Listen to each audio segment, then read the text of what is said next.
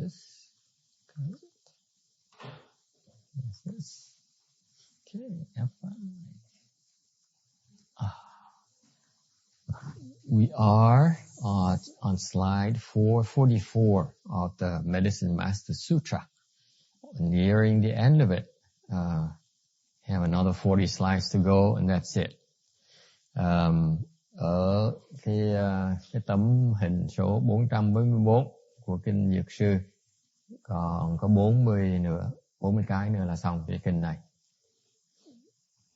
Xong mình nghỉ mùa đông. Then we take our winter retreat. I mean our Saturday winter retreat. Xong mình nghỉ mùa đông thứ Bảy thôi. I'll look forward to that. The second kind of untimely death is to be executed at the hands of the law. The third kind is to hunt for sport, to indulge in drinking and lust, or to become excessively dissipated, and then to be waylaid by non-human beings that rob one's essence and energy. The fourth is to be burned to death. The fifth is to drown. The sixth is to be devoured by wild beasts. The seventh is to fall from a steep cliff. The eighth is to be harmed by poison, voodoo, evil mantras, or corpse-rising ghosts. The ninth is to die from hunger and thirst. These are the 9 kinds of untimely death, generally spoken of by the Tathagata.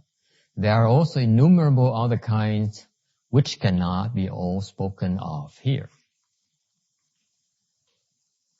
Hai là bị phép vua tru lục.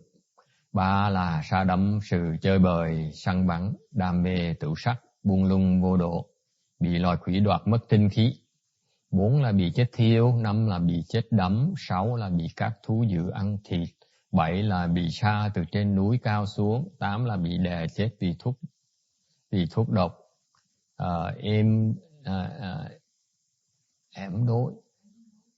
ếm đối, không ơn sư cô, rửa, nộp, trù ẻo và bị quỷ tử thi làm hại. Lots of typos in Vietnamese. 9 là bị đói khát khốn khổ mà chết. Đó là 9 thứ hoành tử của Như Lai nói, còn những thứ hoành tử khác nhiều vô lượng không thể nói hết được.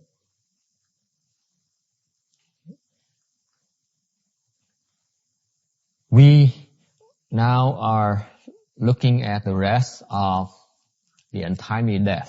Last time we talked about the first kind. Lần trước mình nói về cái loại thứ hoành tử thứ nhất. Untimely death in general is more common than you think.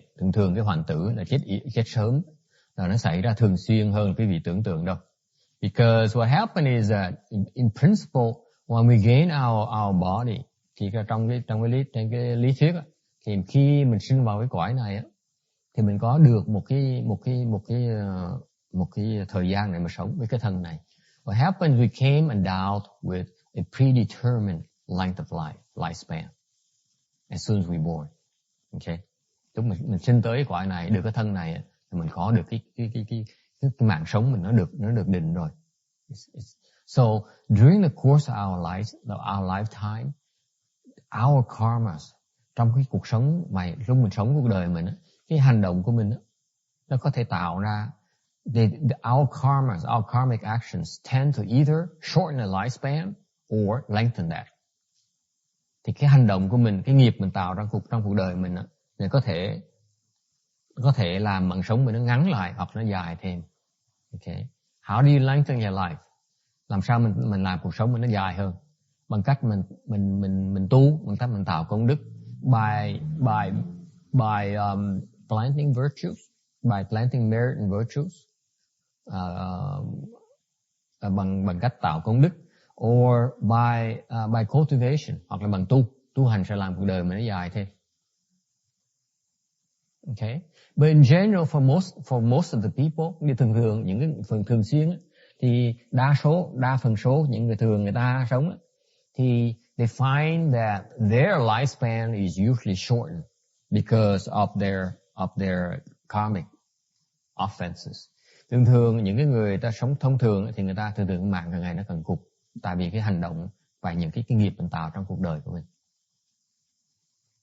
Okay.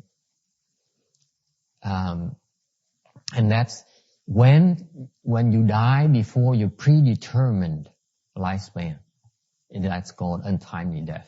Là khi mà mình chết trước khi mình nên chết, cái mạng sống của mình được cho mình, thì cái đó gọi là cái hoạnh tử. Okay. So for example, in our era, trong cái đời này bây giờ, our life expectancy is in a 60 years range. Thì trong cái đời này, thế hệ này, thì mạng sống mình bây giờ là trong trung bình mình có thể sống được cho tới 60 mấy tuổi, trung bình. So what happened is that because of your because of your blessing, let's say you are from different country, you get born in a more advanced countries. Như là mình ở xứ nhiệt đểu. I'm speaking from my own personal experience. I came from Vietnam, and I somehow managed to come here and live here and become a resident here in this country. Rồi bỗng nhiên mình hên được cái phước, mình tới đây mình sống ở cái xứ này. So what happened is life expectancy in Vietnam is still in the 60s. Hiện bây giờ miền Nam bạn sống ở chừng 60 tuổi nữa. 60 mấy năm thôi. Okay. That's why in Vietnam, the tradition in Vietnam so far, in our tradition in the last few thousand years, is that we work until we're 50 and then we enjoy our life until we die. Okay, so that's Vietnamese wisdom. Cái trí huệ, cái huệ bên Việt Nam mình là mình làm việc đến 50 tuổi xong mình nghỉ, mình về hưu để mình an hưởng tuổi già mình trước khi mình chết. Mình biết mình sống còn an hưởng được của mình mấy năm nữa thôi. Mấy năm nữa thôi. So that's the Vietnamese wisdom is that basically say, beyond 50, it's not worth working anymore because life is coming to an end pretty soon. So might as well enjoy it.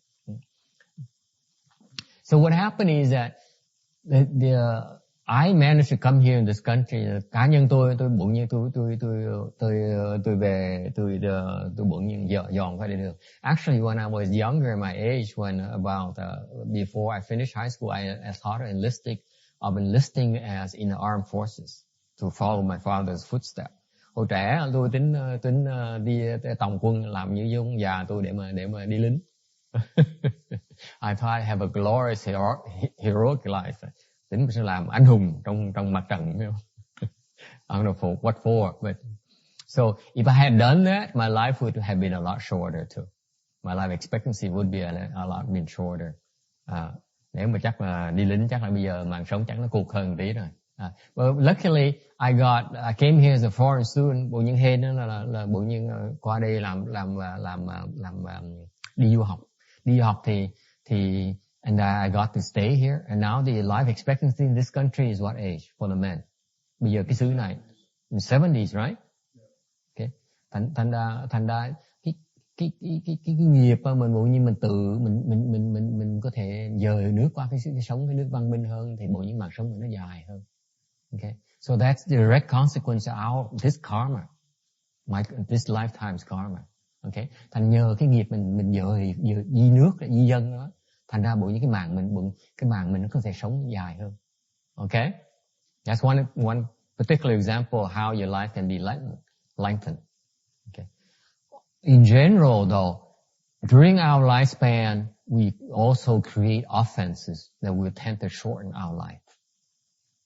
Okay. Mình thông thường trong cuộc đời của mình sống, mình tạo những cái nghiệp nó làm cái mạng mình nó cụt lại, ngắn thêm.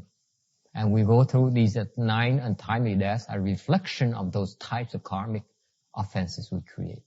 Thành những cái 9 cái hoạnh tử này mà trong kinh giảng ra để nhắc lại cho mình biết là phải để ý cẩn thận mấy cái loại nghiệp mình đang tạo ra. Tại những nghiệp mình đang tạo ra bây giờ này nó có thể làm mạng mình cụt, làm mình ngắn lại. Okay, that's the meaning about this section of Sutra. It's not only a theory, it's not nonsense. Okay, there's a direct connection to our current lifespan right now. Okay, nó có cái liên quan rất mật thiết với lại cái cuộc sống ngay bây giờ này. Nhưng mà nói kinh là nói trên trời dưới đất không thôi. Okay, so the second kind of untimely death, hoành tử thứ nhì. The nature of this untimely death is you are caught by the law and put to death. Cái loài hoành tử đó là sao? Mình bị pháp vương giết hoặc là bị nhốt trong tù. For example, people who are in prison, this is also called untimely death as well. Okay.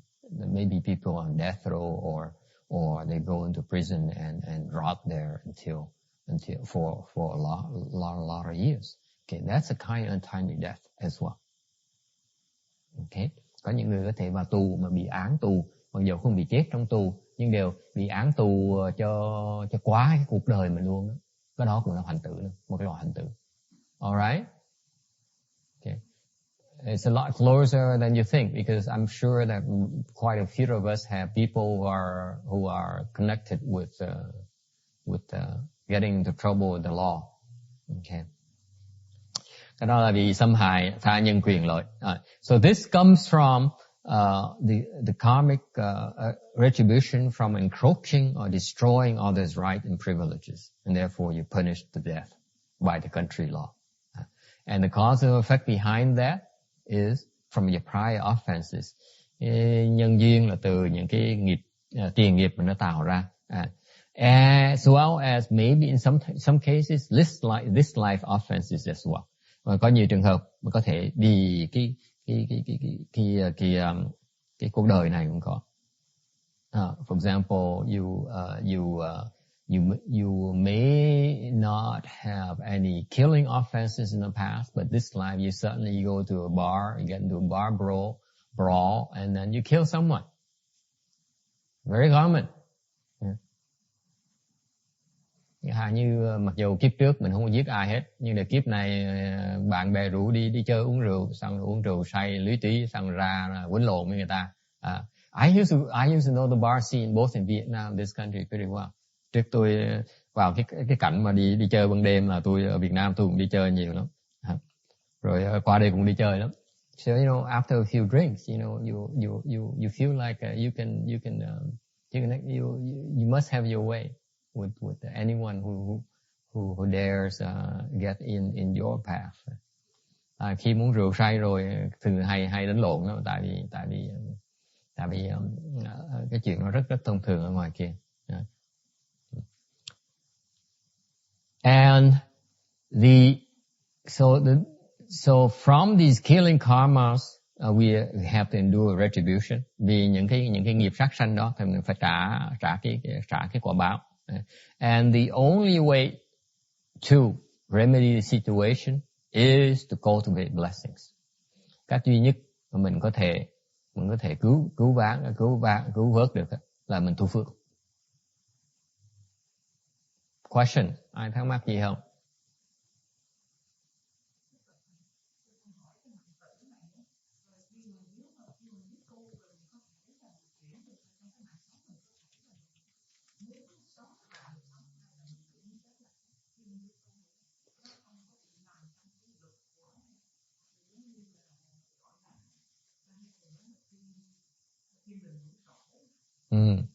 She says, so in connection with these timely deaths, we choose to cultivate. Can we reach the point where we can decide when to die and when to live, how long to live and when to die? Okay. Tới một cái trình độ nào đó thì mình có thể có một cái tự chủ được. Nhưng đều tới lúc nào đó mình sẽ hết sức. Mình phải chết. I say up to a certain degree, even though when you cultivate, there's certain, you have a certain level of control. Okay. For example, the Taoists are known to be the kind of practice that will lengthen your life. You can live for thousands upon thousands of years. Chẳng hạn như bên đạo giáo, ta nổi tiếng là tại đạo tiên, ta nổi tiếng là tại người ta sẽ sống cả ngàn năm, cả 10.000 năm luôn. It's a fact. No two ways about it. They have the dharma that will lengthen our life. It's based on, would you like to know how it works? Cái pháp bên đạo tiên đó, nó đặc biệt lắm. Tại nó kéo dài cái mạng sống mình. Biết nó làm sao không? They cultivate the chi. The chi, nhưng để thiệt ra cái luyện khí đó là cái phương tiện thôi. Thiệt ra có cái lý thuyết của cái phương pháp họ. But the chi is only an expedient for them to cultivate. But actually there's a principle behind it. Cái phương pháp chính của họ. Okay, and I may be going out a limb here because I don't have a look into that very well, so I cannot. Please do not misunderstand me. I'm no expert. Only giving you my conjectures.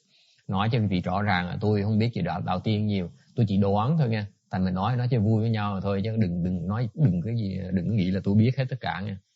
Tôi chỉ đoán thôi. My conjecture, because I looked at some of the Taoist Dharma Hằng Trang used to teach the Shamans. Hằng Trường á, trước á, có dạy một cái tuổi sa di đầu tiên, những cái pháp luyện tiên. Thành tôi có học, tôi ngồi tôi nghe, tôi mới thấy, tôi thấy cái phương pháp họ luyện ra sao. And that's why at Long Beach Monastery, when we used to have the training center for the Shamans, he used to teach them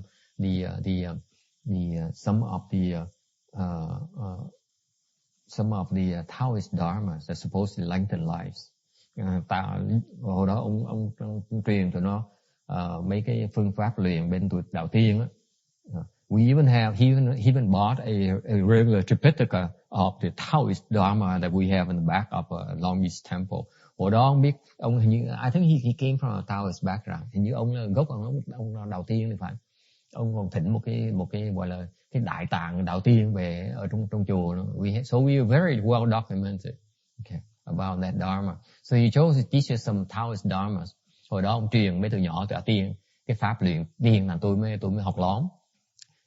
So that's how I got exposure to that. So by no means I'm no expert. Okay, thành tôi không phải là người chuyên viên nha. Tôi chỉ thấy rồi xong tôi nhìn nó, tôi suy nghĩ, tôi đoán rồi thôi. So I'm only making conjectures and I'm deducing from what I saw. The way you lengthen your life, the basis of the lengthening of life is by the purification of their body. Cái lý do mà cái cơ mà quý vị cuộc sống quý vị nó dài ra tại vì cái cơ thể quý vị nó càng ngày nó càng thanh tịnh. Những cái bình hoàng trong người mình càng ngày nó càng ít. Okay. So when your body becomes pure, and the parallel for that is that your body becomes less sick and sick. So that dharma, the chi, even though the chi is there, what they're known for, actually the purpose behind the chi manipulation, the chi cultivation, is to get rid of all these impurities in their bodies. Thành cái luyện khí, pháp luyện khí chính của họ, theo tôi hiểu, là họ luyện cái khí, là cái phương tiện thôi, cái chính của họ, mục tiêu chính của họ, dùng cái khí đó để làm đánh tan hết mấy cái yếu tố bệnh hoạn trong người mình. That's how you become. That's how you die because of the sickness elements in your body that manifest. Lý do mình chết là tại vì cái bệnh mới chết. Okay. So one of the major reason why you die is because sickness is in your body. When you become sick, that's how you die gradually. Vì có những cái yếu tố bệnh trong người mình thành ngày mình cần nhiều bệnh, càng ngày mình mới cần cái chết hơn. Nếu như mình bỏ hết mấy cái bệnh đó, mình gạt được mấy cái bệnh đó thì càng ngày mình mạng sống nó càng lâu hơn. Okay, so if you get rid of all those disease elements in your system, then your life is a lot longer. And the Taoists mistake it as eternal life. Cái tụi đạo giáo á, nó dạy cái đó là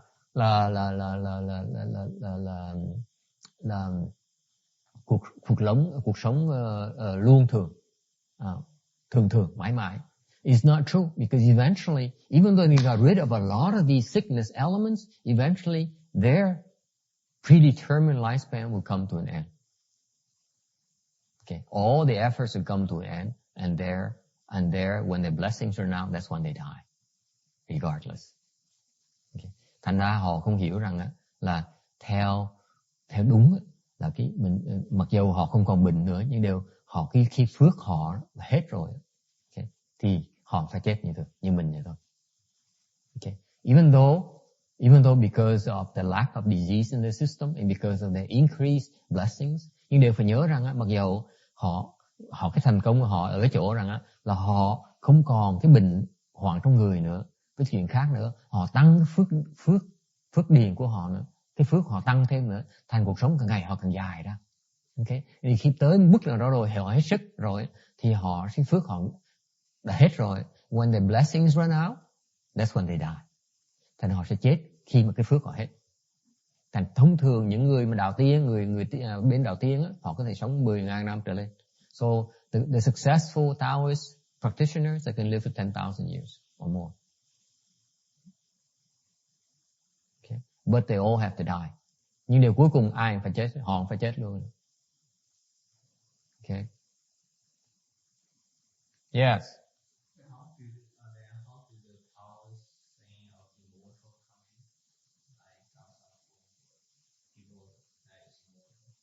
How? What? What's the question again?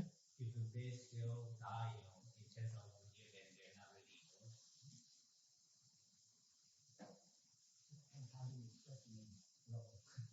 Yeah, it's a long time. It's quite a few generations. So that's why people don't know where they came from. Tại sao loài đầu tiên loài sống trường tửu? Trường tửu tại vì họ sống mấy ngàn năm lâu quá mà. Thành ra mình đã chết ở 10 lần 20 lần họ vẫn sống nhăn răng như thường. Thành ra không ai biết họ từ đâu thế, tưởng họ sống rồi đời kiếp.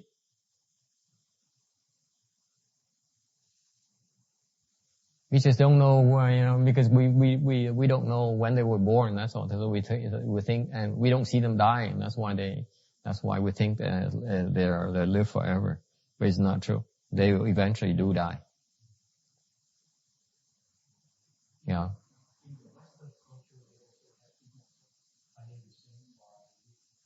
They're the same kind. They're similar kinds. Okay. For example, the immortals, the Taoists are not restricted to the Asia. In Europe, they also have Taoists. Không phải là đạo giáo là bên Á Châu mới có nghe, Âu Châu cũng có nữa. There's a well-known Taoist in Europe, who was known in the older eras by the name of the Count of Saint Germain, the Comte de Saint-Germain. Right? Silly. Ông đó là he was seen as in the ancient times, the Tsarist time, as well as after the Revolution, the French Revolution, Shakespeare's time. Ông đó là ông lộ diện ra lúc mà còn cái thời mà bên Nga Xô, mà lúc mà còn vua chúa, rồi sau khi lộ bên Tây thời Shakespeare, hoặc là bên Anh thời Shakespeare, hoặc là bên Tây sau cái thời sau khi mà họ cách mạng bên Tây đó, cách mạng 1776, 1974, right? Prise la Bastille. 1764. Someone doesn't remember his French history anymore. Có người đó không nhớ cái bài học lịch sử bên Tây nữa này. When we went to high school, French high school, that's what we must learn, French history. Anyway, so the Taoists also are beyond Asia because they have nothing else. They roam around. So they manifest as Europeans, they manifest as Asians, they manifest everywhere. Yes. The Comte de Saint-Germain. The Count of Saint-Germain. Next time he's in town, remind me of that. I show him some pictures because it's documented by a guy here, a fellow here down south. What's his name? Near Goguryeo Temple. He has his own place. He's a Bodhisattva. I forgot his name now. He wrote a book on that. His book, he documented all these occult practices, the Masons, the Rosarians, and he's incredible. He did all the research, and he wrote a book, very hugely popular. He used to charge like a few $100 for that book, $300. And then his successors then cut the printing cost down, went to Hong Kong to print it, and sold it for $50. I bought one. So. I bring it next week. I know you guys are interested in becoming immortals and so on, so I bring next week, okay? Promise. Remind me. Okay, send me an email or something Friday, just in case, because it's important. Thành có cái ông này. This guy is something else. I trust him because he's really a bodhisattva. He's a lay person, manifested lay person. He's really a bodhisattva. Cái ông này là ông người Mỹ, người da trắng, nhưng đây thực ra là ông người cư sĩ, ông thông thái vậy. He has like what the American call it optometry, I forgot the name. This is a documented fact, scientific fact. Okay, đây là cái tụi khoa học gia Mỹ chứng minh rằng, for example, if you put a glass of water in this room here, để một cái ly nước ở trong cái phòng này, okay, over time, if you have the ability, you look at the glass of water, you can see it records every single thing that happened in the room. You can tell who has been to this room. That's spiritual power, by the way, but that gets recorded in that glass of water. People have that ability. This is what the Western scientists have documented. That's a fact. It's possible. Okay. Và như khoa học gia bên Tây phương ta biết rằng I'm digressing, but it's in the process answering Jack's question because I know Jack is interested as well. And then he can ask Randy about the title, or Randy can go to that place. Guys, it's not too far from Goldville, by the way. Okay, and it's probably in the back of the book. And it's only $55. Nice Christmas gift. It would make Jack's day. Thành ra để một ly nước như vậy thì có người có khả năng nhìn cái ly nước mà có biết được là trong cái phòng này là những người nào đã đi qua trong cái phòng này, nước nó thâu là hết mấy cái cảnh đó. Okay, you know, for example, the scientists, the Western scientists know that energy never dies. Quý vị biết không? Khoa học gia Mỹ, Tây phương để chứng minh rằng cái năng lực nó không bao giờ chết. For example, my audio energy here, chẳng như cái âm thanh mà tôi tạo ra là cái năng lực. My audio, my voice is some kind of audio energy, right? It doesn't die. It keeps on going, traveling around the universe. All the energies travel around the universe. Yeah, whatever it's called. Yeah, you have to talk to that scientist in the back. Okay, so it's a known fact that energy never dies. It gets recorded in a glass of water, and they have the ability to then decipher that, and then can tell who has been to this room. It's a scary thing. You don't need cameras anymore. Okay, thành ra người ta biết cái hàng khoa học gia, tao nói năng lực nó không bao giờ nó chết hết. Năng lực nó chỉ di chuyển trong cái vũ trụ mình thôi. Hàng mình nói như vậy, cái năng lực này nó sẽ di chuyển, nó chuyển tất cả vũ trụ. Okay. So, thành ra thì cái năng lực nó không bao giờ chết. Cái năng lực nó được thâu lại trong cái nước. Thì người ta có cái khả năng, ta nhìn cái nước, ta hiểu, ta đọc được cái năng lực đó, ta nói những người nào đã tới trong cái phòng này. Ta không cần phải sai, không cần có định viên nữa. Mình cứ thảy nước đi khắp tất cả thế giới, mình biết hết tất cả mình muốn biết. So you don't need spies anymore. Spies are too expensive. You just send out water, glasses of water everywhere. And then use the internet to download.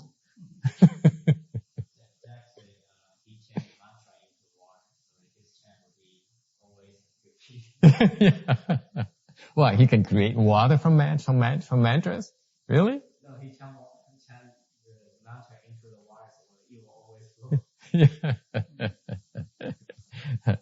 Anyway, I don't know how we got there. But anyway, Taoist. Anyway, the question is about long life. So, even though these long life people have developed abilities, but basically when we have a body, we eventually have to die. Cái cơ thể này là trước sau mình phải chết. Vấn đề là trước hay là sau thôi. Không bao giờ sống vĩnh cửu được. Okay. You cannot live forever with a body. Với cái cơ thể này không thể nào sống luôn luôn được. Okay. Any other questions? Number 3. Cái loại hoại tử thứ 3 is to hunt for sport, to indulge in drinking and lust, or to become excessively dissipated and then to be waylaid by non-human beings that rob one's essence and energy. Cái hoại tử thứ 3 là tại vì mình thích đi săn, hoặc là mình thích uống, và thích hoang đường. Vì có thể nhiều khi mình vui chơi quá trời quá độ thì có thể bị quỷ nó tới nó nhập nó hút tinh cái tinh của mình để mình chết. Okay.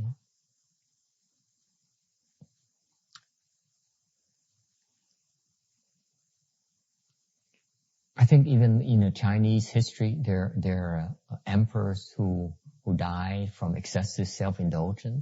That's a known fact, isn't it?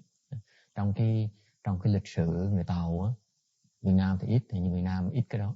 Người Tàu có nhiều cái hoàng đế mà vì chơi bời quá đấy, thành ra gọi là túng dục vô độ, đúng không? Chơi bời quá thành ra bị chết yểu. Okay. And this kind of untimely death here is all these are manifestation of oppressing others, retribution for oppressing others. Đó là tại vì mình bức não người ta.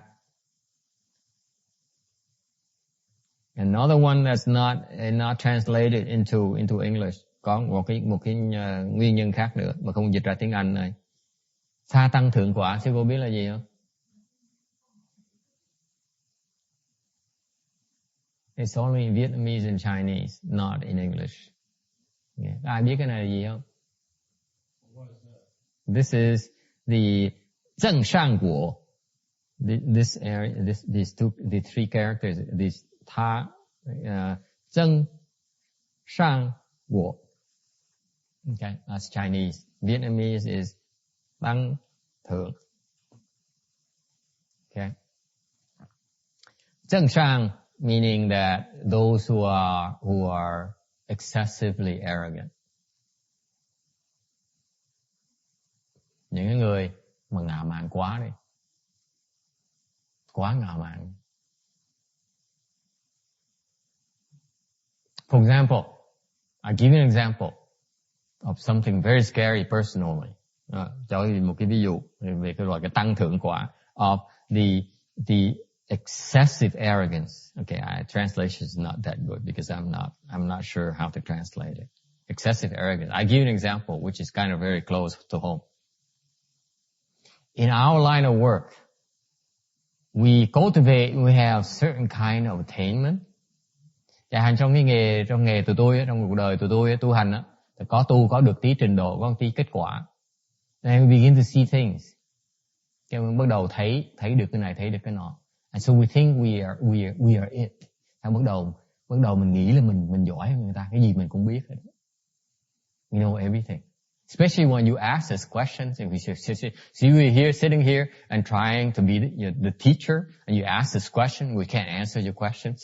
Chẳng hạn như là chúng tôi phải ngồi để giảng pháp với quý vị, xong quý vị hỏi câu hỏi, xong mà hỏi câu hỏi mà 448. Thế hỏi câu hỏi mà tại mình là gọi là vai vế người thầy, thành mình mặc dầu mình biết, mình tưởng mình biết, mình phải chế ra, mình trả lời với quý vị. Okay, so what happened is every now and then what we have is sometimes called zheng shang, lâu lâu bị cái tăng thượng vậy, có nghĩa là mình nghĩ mình ngạo mạn, mình nghĩ mình hơn người ta, mình không có mình dám nói mình có. Okay, mình không biết mình dám nói mình biết. So what happened is that because of our arrogance, very, very, very common tendency for us Dharma speakers is that even though we don't know, we think we know. So we make claims that are not true. Okay, very dangerous habit. It shortens life. Nói cho biết là cho biết á, quý vị những người mà giảng pháp á, cẩn thận á, cái đó làm mạng mình nó cục lại.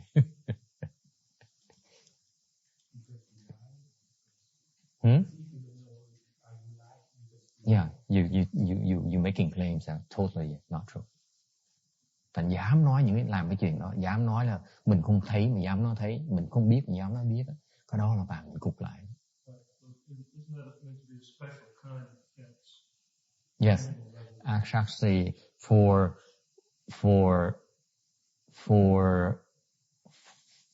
the monks and nuns, if they do it on purpose, okay, then they lose the precept substance. However, if they do it out of arrogance, okay, if they purposely do that to try to cheat you out of your money, then they lose the precept substance. Nhưng người tăng á, ni mà thọ cụ túc giới rồi mà cố ý làm như vậy á, okay, thì sẽ mất giới thể. Chẳng hạn như họ không biết, họ nói là tôi không biết gì hết, mà nó tôi thấy con quỷ. They say they don't know anything. They say I saw a ghost, and they can't see a ghost. That is a very grave offense for us. Thành không thấy con quỷ mà dám nói mình thấy con quỷ, cái đó là cái tội nặng không thể tưởng được. Chúng tôi mất giới thể ngay lập tức. Okay. Trừ phi, except for when we say it out of arrogance. We think we're so arrogant, we think we really believe we do see it. Okay? That's how it's called. Chân sàng tăng thường có nghĩa là vậy. Là tăng thường có nghĩa là mặc dù mình không biết thì mình ngạo quá, cái tâm mình nghĩ, mình tự nghĩ rằng mình biết được mặc dù mình không biết. Thành mình nói những cái lời đó từ vì cái ngạo mạn chứ, và từ vì tham tiền bạc quý vị, là tham cái tâm là lừa bịp quý vị. So we say untruth, we make these claims out of arrogance instead of trying to cheat you out of your money. It's called chân sang. Cái đó gọi là tăng thường đó.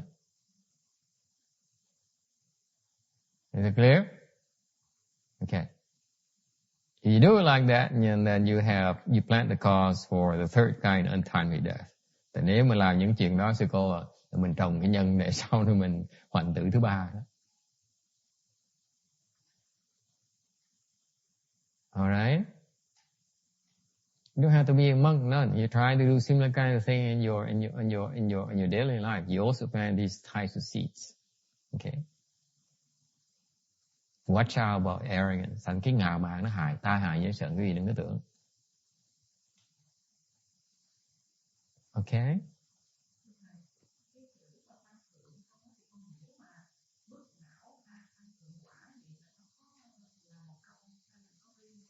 Hai phần khác nhau.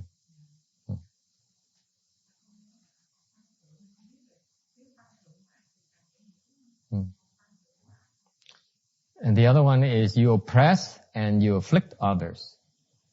Okay. So the Chinese is very precise. Cái chữ Tàu với chữ Việt nó rõ lắm. The translation to English is not that great. Inflation is the oppressing. Actually, the actual exact precise meaning for the causes that you plan for this kind of retribution is actually oppressing. Okay. Thì ra cái chữ Tàu nó rõ ràng lắm, pháp Tàu nó rõ ràng lắm. Thứ nhất á, cái nhân mình trồng á, để hái cái quả này á, là mình bức người ta, bức bách người ta.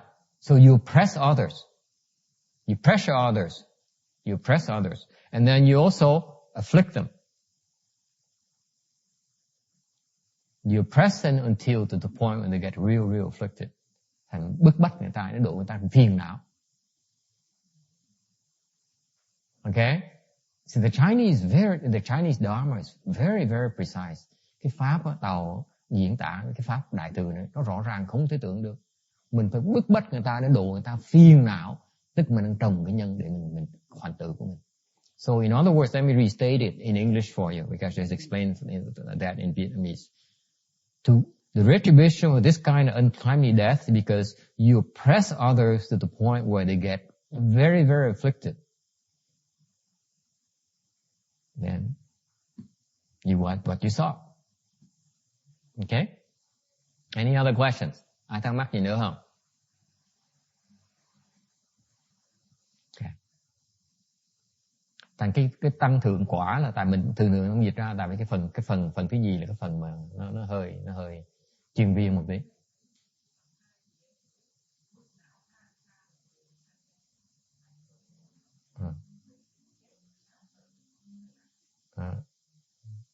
Tàu cái gì mình lâu mình đọc trong tàu cái pháp tàu nó rõ như vậy, thành mình lười thì mình giảng phần thôi, mình siêng mình giảng thêm phần nữa. Yeah. Okay. The fourth is seven kind of untimely death. Cái loại hoạn tử thứ bốn thứ bảy. Number 4, burn living beings. So the causes for the fourth kind is you burn living beings, đốt chúng sanh. The fifth kind is tiêu liệu dỗ chuyện, drown living beings, dìm chết chúng sanh. Thứ 6 là ăn thịt chúng sanh. 6 is eat living beings meat. 7 is to trap living beings. Thứ 7 là đọa chúng sanh. Thứ 8, 8 is a poison. Why do I stop at 7th? Okay, it's a typo. The 8th kind is poison, the mantra is a ghost. Okay, mình dùng độc dược hoặc là yểm chú để hại người ta. Hoặc thứ 9 là mình đoạt của chúng sanh. So the 9 is you take by force.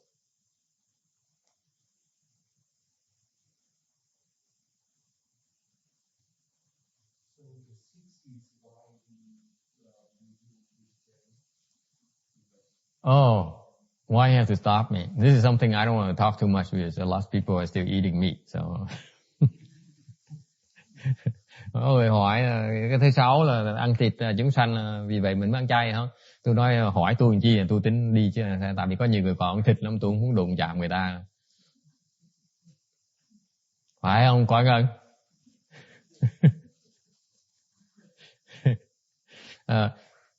That's what happens when you eat living being meat, you're shortening your life. Mình ăn thịt á, mạng mình nó cụt lại. Okay? Chắc chắn trong tương lai mạng mình sẽ nó sẽ cụt, chắc chắn trong tương lai mình sẽ có hoạn tử. For sure in the future you will get a short untimely death. Okay? And this is the nature of our human state. Cái cảnh giới con người nó vậy đó, cái loài người nó vậy đó. Vào cái thế mà what we consider to be normal, actually we are killing ourselves. Cái mình tưởng là cái thông thường cuộc đời mình ai cũng làm, nên làm là cái mình tự giết mình. We're killing ourselves by eating meat. Khi mình ăn thịt á, là mình đang tự giết mình. Okay? I'm sure that's not what a lot of you want to hear. Tôi chắc chắn quý vị muốn nghe cái này nữa. Mình muốn làm lơ cũng được nữa. Thank you.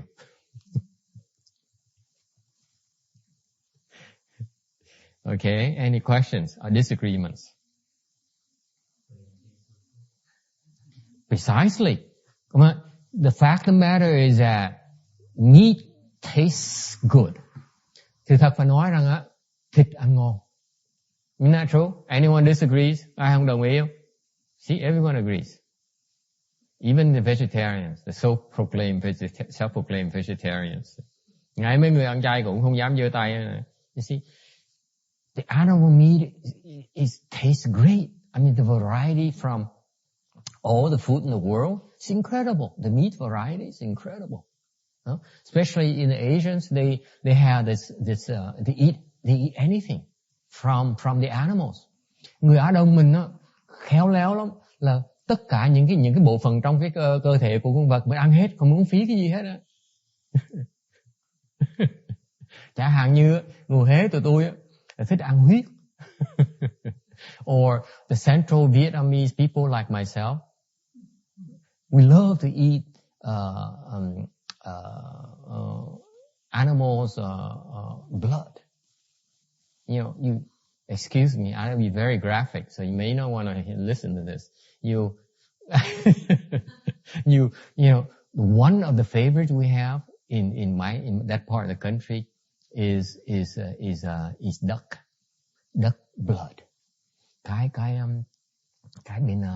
Cái bên người Trung biết người Nam có, tại tôi nhớ hồi nhỏ tôi thấy cái này nhiều, because I witnessed a lot of this when I was younger in Central Vietnam, in Vietnam. Hồi đó ở Việt Nam còn nhỏ tôi còn nhớ mấy cảnh này, là I remember people when friends and relatives come over for a visit. Nhớ hồi xưa mỗi lần có bà con họ hàng sắp tới, yeah, not yet, I tell you when, okay. And then what happened is that we used to have chickens and ducks as domestic animals. Trước nuôi bò, nuôi vịt, nuôi gà trong nhà. Họ hàng tới là bắt đầu sai con chạy đi rượt con vịt. So as soon as the relatives come over, we send a young boy to go and chase after the duck. We catch a duck, okay, bắt được con vịt một cái, đè xuống. Móc cái lôngในcổ này. I witnessed this so often. I saw this. You saw it too? You still remember? How can you forget? Huh? All the time.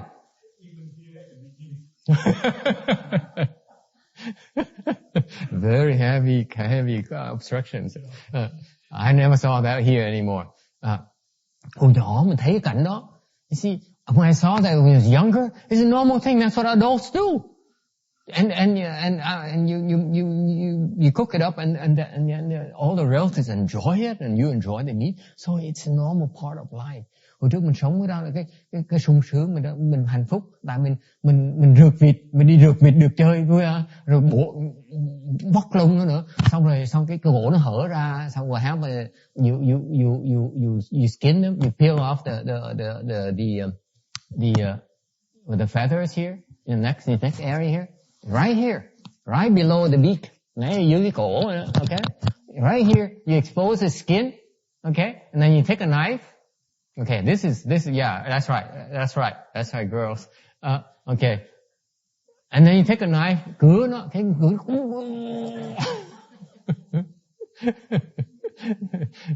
So what happens is the duck goes up,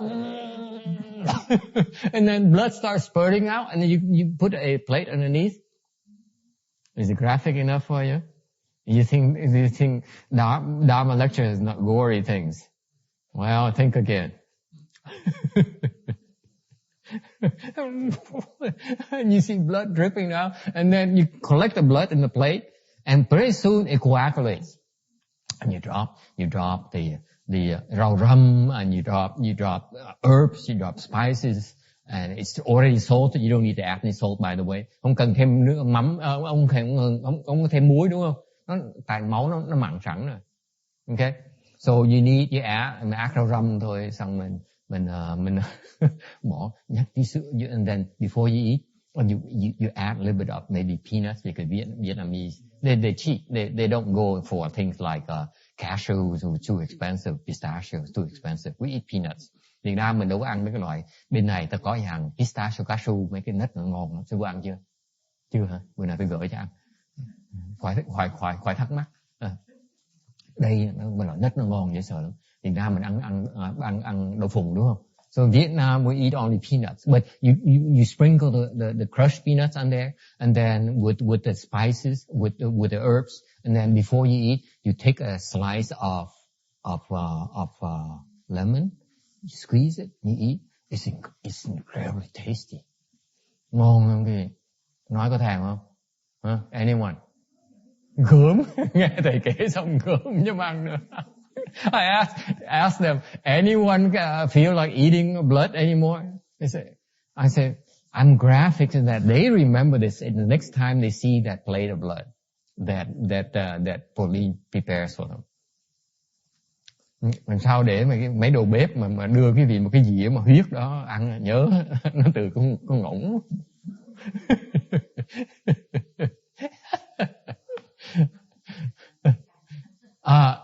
You have to admit it's good though. I mean, all these delicacies of the world from meat is incredible. Let's face it. What about in ancient time, very famous Chinese delicacy? Cái này bên Tàu rất là nổi tiếng. Back in Vietnam, we used to envy that. Hồi mà trẻ, tôi nghe kể chuyện là tôi cũng thèm dễ sợ lắm. You know, everyone knows about this. Yeah, monkey brains. You put a monkey in a cage and only the head is exposed, and you take a knife and chop the top of his head off, and then the emperor boy is still alive, and the monkey is shaking and kill. And then the emperor then take a spoon and eats the monkey brain alive. Still fresh, the freshest monkey brains in the country. Do you hear that? Ha. You the one, the new attendees. Có mấy phụ nữ mới lâu lâu mới tới một lần, bữa này nói kể để cho nhớ.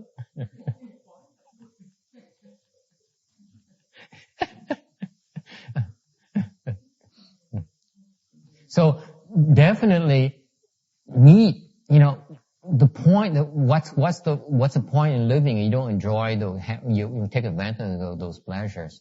Thì thật cái cuộc đời mình sống có những cái thú vui nó thông thường, đúng không? Ai làm mình cũng chuyện thông thường. People don't realize all these customs are designed to shorten our lives. Họ không biết những cái tập tục đó là để cho mình cái cuộc sống mình nó càng ngày nó càng ngắn thêm.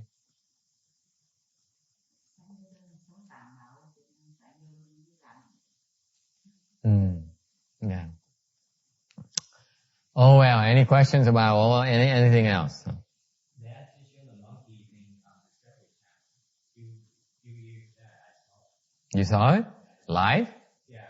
They broadcast that monkey scraping people eating over here. But Jimmy, think about this. What about the Frenchman? What about ông hỏi là ông thấy cái này trong đài truyền hình đó, bên Á Đông lại như vậy. Tôi nói đừng nói Á Đông mà Á Châu, bên Âu Châu, cái tụi Tây đó ước compatriots. Cái ông the guy back there. Cái ông ước mà cái ông là người Tây mà ông người Tây sao? Biết sao? Nó nuốt con trùng đó. They eat the snails alive. They swallow it alive. You know that? It's supposed to be good for your skin. Yeah, it's excellent for your complexion. Oh, I'm swearing to God. Okay, tôi thề với Chúa Trời đó.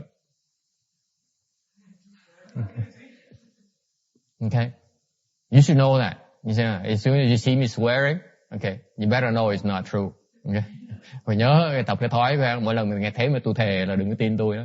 Especially when I swear over the Buddhas and my masters and the Bodhisattvas, do not believe me. Okay? And run away from people like that. Why is that? If you're not telling a lie, why do you have to convince me to believe you? Huh? Tại sao vậy? Tôi sợ mấy người thề, tại sao? Nếu quý vị không nói sự thật á, tại sao phải thề tôi làm cái gì?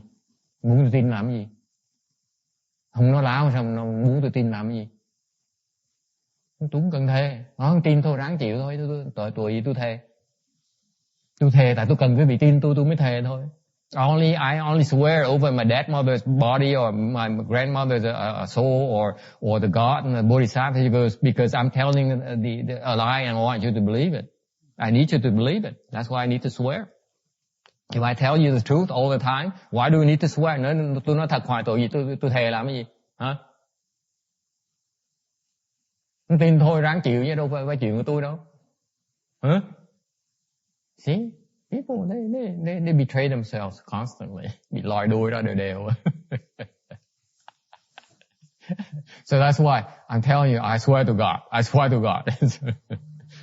Anyway, don't be, I don't know what brought me there.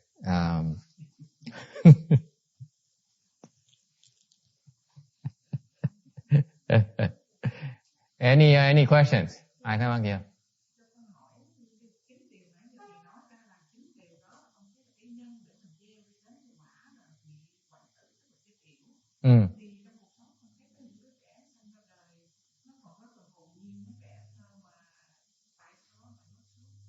Không, tại mình vọt tụi nó.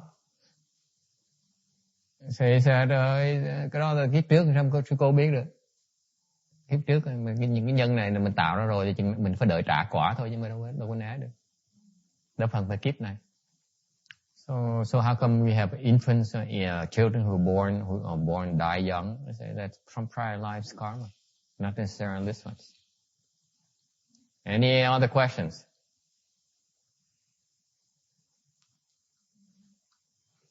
(450) Moreover, Ananda, King Yama keeps track of the karmic records of all the inhabitants of the world.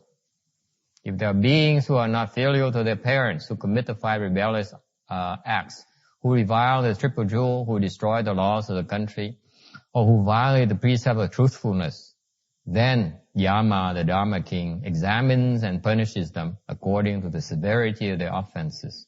Therefore, I encourage people to light lamps and make banners to liberate beings and cultivate blessings so that they can overcome suffering and peril and forestall all disasters. Okay. Lại nữa, A Nan, vua Diêm Ma kia là chủ lãnh ghi chép sổ bộ, tên tuổi tội phước trong thế gian. Nếu có chứng hữu tình nào ăn ở bất hiếu, ngũ nghịch, hủy nhục ngôi tam bảo, phá hoại phép vua tôi, hủy phạm điều cấm giới, thì vua Diêm Ma pháp vương tùy tội nặng nhẹ mà hành phạt. Vì thế ta khuyên chúng hữu tình nên thắp đèn làm phan, phóng sanh tu phước, khiến khỏi được các khổ ách, khỏi gặp những tai nạn.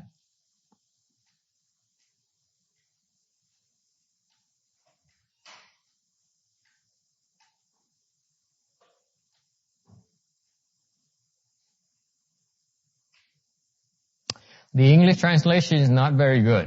Like the precept and truthfulness here. Cái phần mà tiếng Anh nó dịch nó hơi lủng củng một tí. Because the precept of truthfulness here from Chinese is not really that. The Chinese saying that 毁于信戒. 毁 meaning destroy. 于 is act. Sin is faith. 戒 is precept. So you destroy the faith precept. Okay. It's really not truthfulness. Okay. You destroy the trust. Okay. So truthfulness is actually an outer layer. Actually, this has to deal with the trust. There are many reasons why we destroy the trust. Okay. Not number one reason, the most primary reason is truthfulness. When you tell lies, that's when you lose the trust. You fail you destroy people's trust. So that's a real reason for that. All right. So this is why when this morning I talked about the people who learn this thing here. It's not in the future. I really encourage people who cultivate to learn Chinese, because Chinese is by far the most accurate. Hồi sáng mình nói chuyện ngôn ngữ, tu hành với ngôn ngữ đó. Cái ngôn ngữ, I'm not horribly worried about the way that you explain yourself. I'm more worried, first thing is I'm more worried about you able to understand the Dharma precisely, what the Dharma is telling us. Because the Chinese Mahayana text is extremely accurate. Thành ra cái vấn đề mà giảng pháp nó không quan trọng. Trước khi muốn giảng pháp, mình phải hiểu cái pháp cái đã. Hiểu cái pháp rõ ràng rồi á, thì lúc đó mình giảng mới được. Thành ra muốn hiểu cái pháp rõ ràng phải học tiếng Tàu mới hiểu rõ được. Okay. Thành ra người trong tương lai mà muốn tu phải học tiếng Tàu. So So in the future, when we have large facilities and Sunday schools and so on, my intention is to have Chinese classes. Thành trong tương lai khi mà cái chùa có chỗ rộng hơn tí, có phương tiện thì sẽ có dạy tiếng Tàu. Because I happen to believe the Chinese text is the best. Thành ra cái kinh điển tiếng Tàu là rõ ràng nhất, tốt nhất. Okay.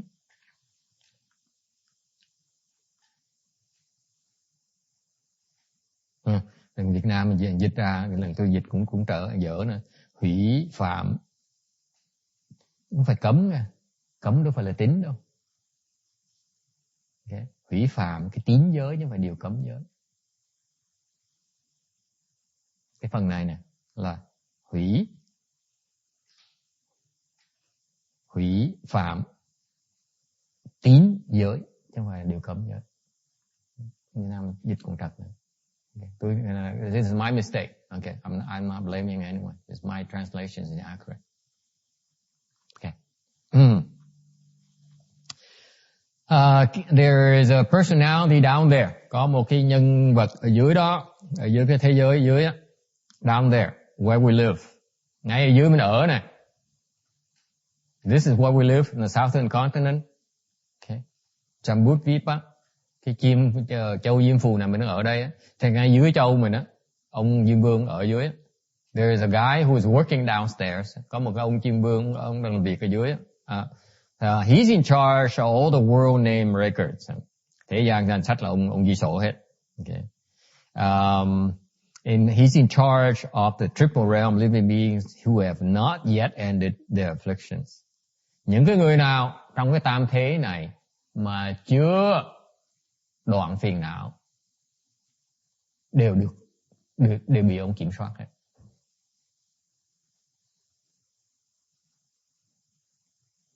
Anyone who has not ended your afflictions, okay, that means that he still has influence over you. Okay.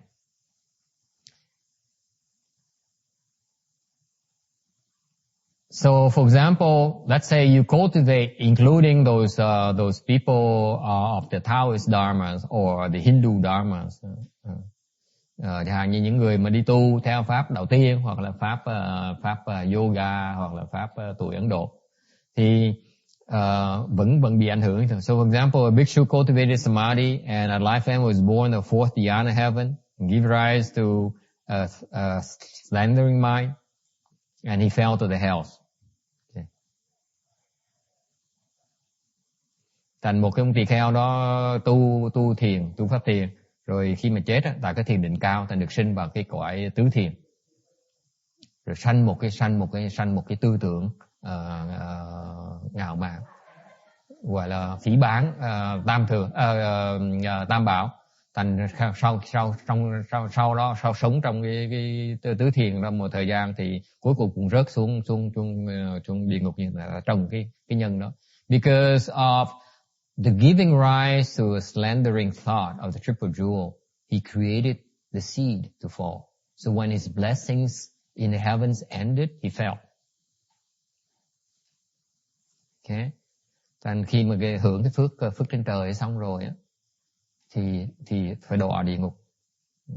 Now this particular King Yama here keeps track of all the good and evil that we do, that we created.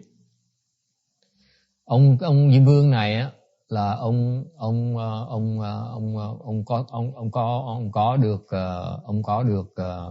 biết được hết tất cả những cái nghiệp mình tạo ra, hoặc tốt hoặc xấu. So, for example, this lifespan here text, all the evil you've done, I mean all the good you've done. Những cái ông này, cuộc đời ông này, ông ca sĩ này, cuộc đời này những cái gì mà xấu, không cái gì tốt ông làm á, thì he knows it. It's been recorded. And so when you die, you go and you have to go see him. Okay, most likely you have to go to see him. Khi mình chết á, chắc ông sẽ phải cần gặp Diêm Vương, thì Diêm Vương dỡ cái sổ đó ra. So he looks at this record here and says, okay, based on this record here, this is where you're going to go next. Because he takes a tally of all these things and say, because of this outer imbalance, overall, this is where you should go next to undergo retribution. Okay. Thành ra ông nhìn cái sổ đó, ông quyết định trong nói tóm chung lại thì nếu như mà ác nhiều thì phải rớt, tốt thì mình được bậc thăng, mình sinh quả tốt. Okay. Nothing ever slips through the crack. Không có sót gì hết nha. Quý vị đừng tưởng tượng nha. Đừng tưởng là don't think that because you can keep away from your wife doesn't mean that no one knows about it. Đừng có nghĩ là mình giấu chồng là không ai biết nha. Okay. Giấu chồng á, you know the husband giấu chồng cũng biết, Diêm Vương cũng biết như thường. So even if the wife doesn't know, King Yama still knows about it. Okay, Jimmy?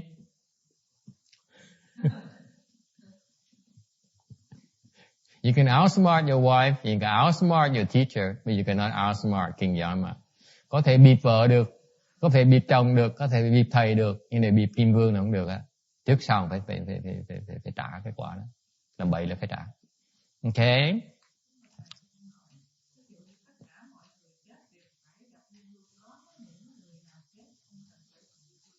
Not every one of us get to see King Yama. Không phải ai phải gặp Diêm Vương đâu. One particular kind of person who does not have to meet King Yama is who? Một cái ví dụ, một người không cần gặp cái King Diêm Vương là ai? This person. Người này nè, cái người đã đoạn cái phiền não rồi thì không cần gặp Diêm Vương nữa. Những người nào vẫn còn phiền não mới phải gặp Diêm Vương. Okay. Tại vì những người còn phiền não là vẫn bị Diêm Vương cai quản như thường. Because if you still have afflictions, you still under the jurisdiction of King Yama. If you have ended your afflictions, then you are beyond the control of King Yama. Một khi quý vị đoạn phiền não thì Diêm Vương không có quyền gì với quý vị nữa. What's another word for the person who has ended affliction? Một cái gọi người nữa. Hả? A-la-hán. Fourth stage A-hán. Third stage still are under jurisdiction of King Yama. 8 quả A-la-hán vẫn bị Diêm Vương quản trị như thường. Tứ quả mới thoát được. Cái đừng tưởng A-la-hán ngon nha. Okay, it's not that easy. Ông Diêm Vương này, ông quyền lực ông lớn dễ sợ lắm. King Yama is incredibly powerful, folks. He's not a guy you wanna cross. Ông vua này đừng có chọc ổng, phiền lắm.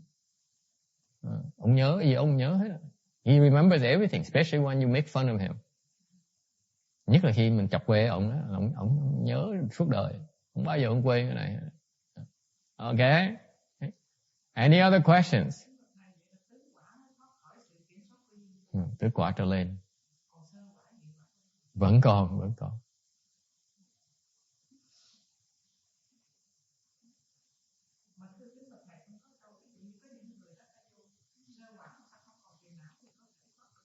Vẫn còn phiền não chứ sao mà thoát được. Ta nói là trong ta nói không còn phiền não thì ra cái đó là phiền não đầy. Không còn nhiều phiền não như mình, nhưng phiền não vẫn đầy. She says the first stage Arhat, they say they ended affliction. I said, no, it's not true. They ended a lot of afflictions as compared to us mortals. Confused people. The kind of affliction they have is a lot less than ours. But they still have a lot of afflictions. Trust me. Phiền não họ nhiều lắm, nhiều không thể tưởng được. Nhưng điều họ khác thôi. Khác là phiền não mình thôi. Yes. How do you get rid of your afflictions? How you get his position, King Yama? Would you like to apply or what?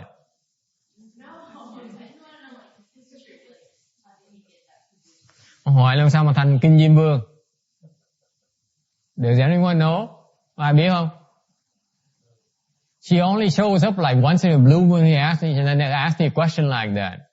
It has nothing to do with Vietnamese Sutra or Mahayana. She only knows about how he got there.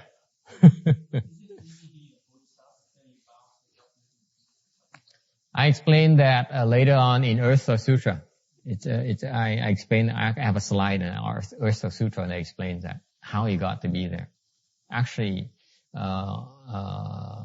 Kinh Địa Tạng tôi mới giảng cái phần này, tại vì because Earth Sutra has to deal with King Yama. That's why we explain the origin of King Yama Sutra to help Earth Store's job a little bit. Tại Địa Tạng là phải đối phó với Diêm Vương mà. Thành cái kinh đó mình phải giảng rõ về Diêm Vương một tí. Đại khái là Diêm Vương là tại vì ông lập cái nguyện đó, là ông trả thù người ta. He made a vow to take revenge on the people who tortured him. Lúc mà ông làm người á, ông bị người ta hại, phải làm nhục, thành ra ông lập cái nguyện nói là tôi sẽ muốn làm Diêm Vương khi mà mấy người mà hại tôi đó chết đó, để tôi phán người ta. I sort of hinted that mình nói mở nhỏ cái gì trước.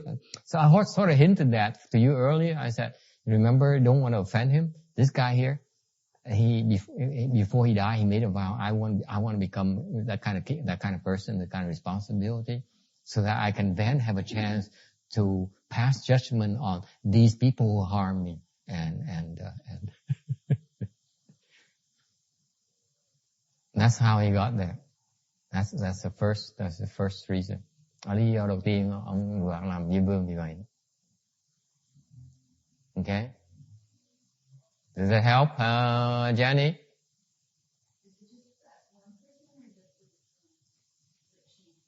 It has lots of them. There are lots of King Yamas. Yeah. There are many King Yamas. Each world has a King Yama. Mỗi cái thế giới nó có một ông Diêm Vương. Một cái Phật đồ có Diêm Vương. Except for the Buddha lands. Trừ ra mấy cái tịnh độ thôi.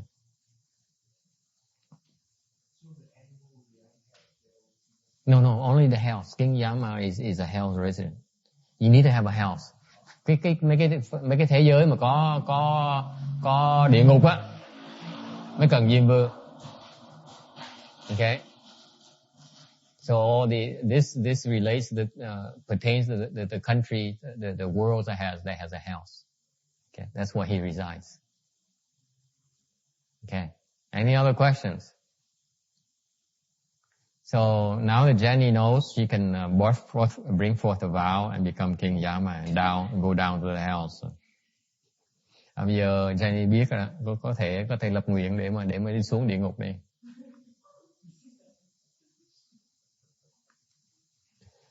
Okay. 5 rebellious offenses, 5 rebellious acts, cái ngũ nghịch. Reminder, folks, be careful here. Don't kill your father, don't kill your mother, don't kill your teaching monk. Đừng có giết cha, đừng có giết mẹ, đừng có giết thầy. Do not shed the Buddha's blood. Đừng có làm thân Phật chảy máu. Okay.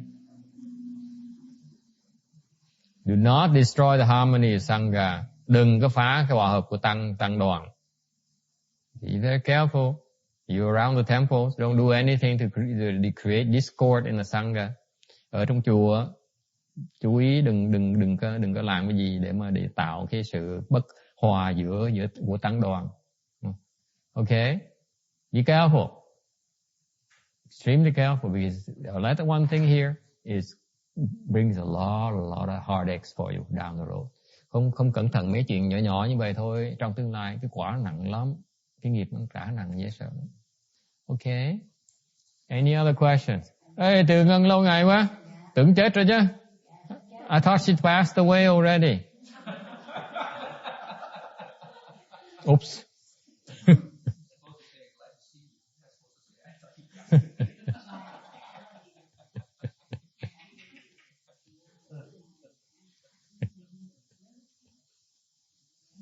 Okay. Now, when Confucius wisdom, ông Khổng Tử, ông dạy, he says about on the superior man, những cái trượng phu á, thì có 3 cái loại sợ. Sợ trời, sợ đại nhân, với sợ thánh nhân. They're afraid of heavenly mandate.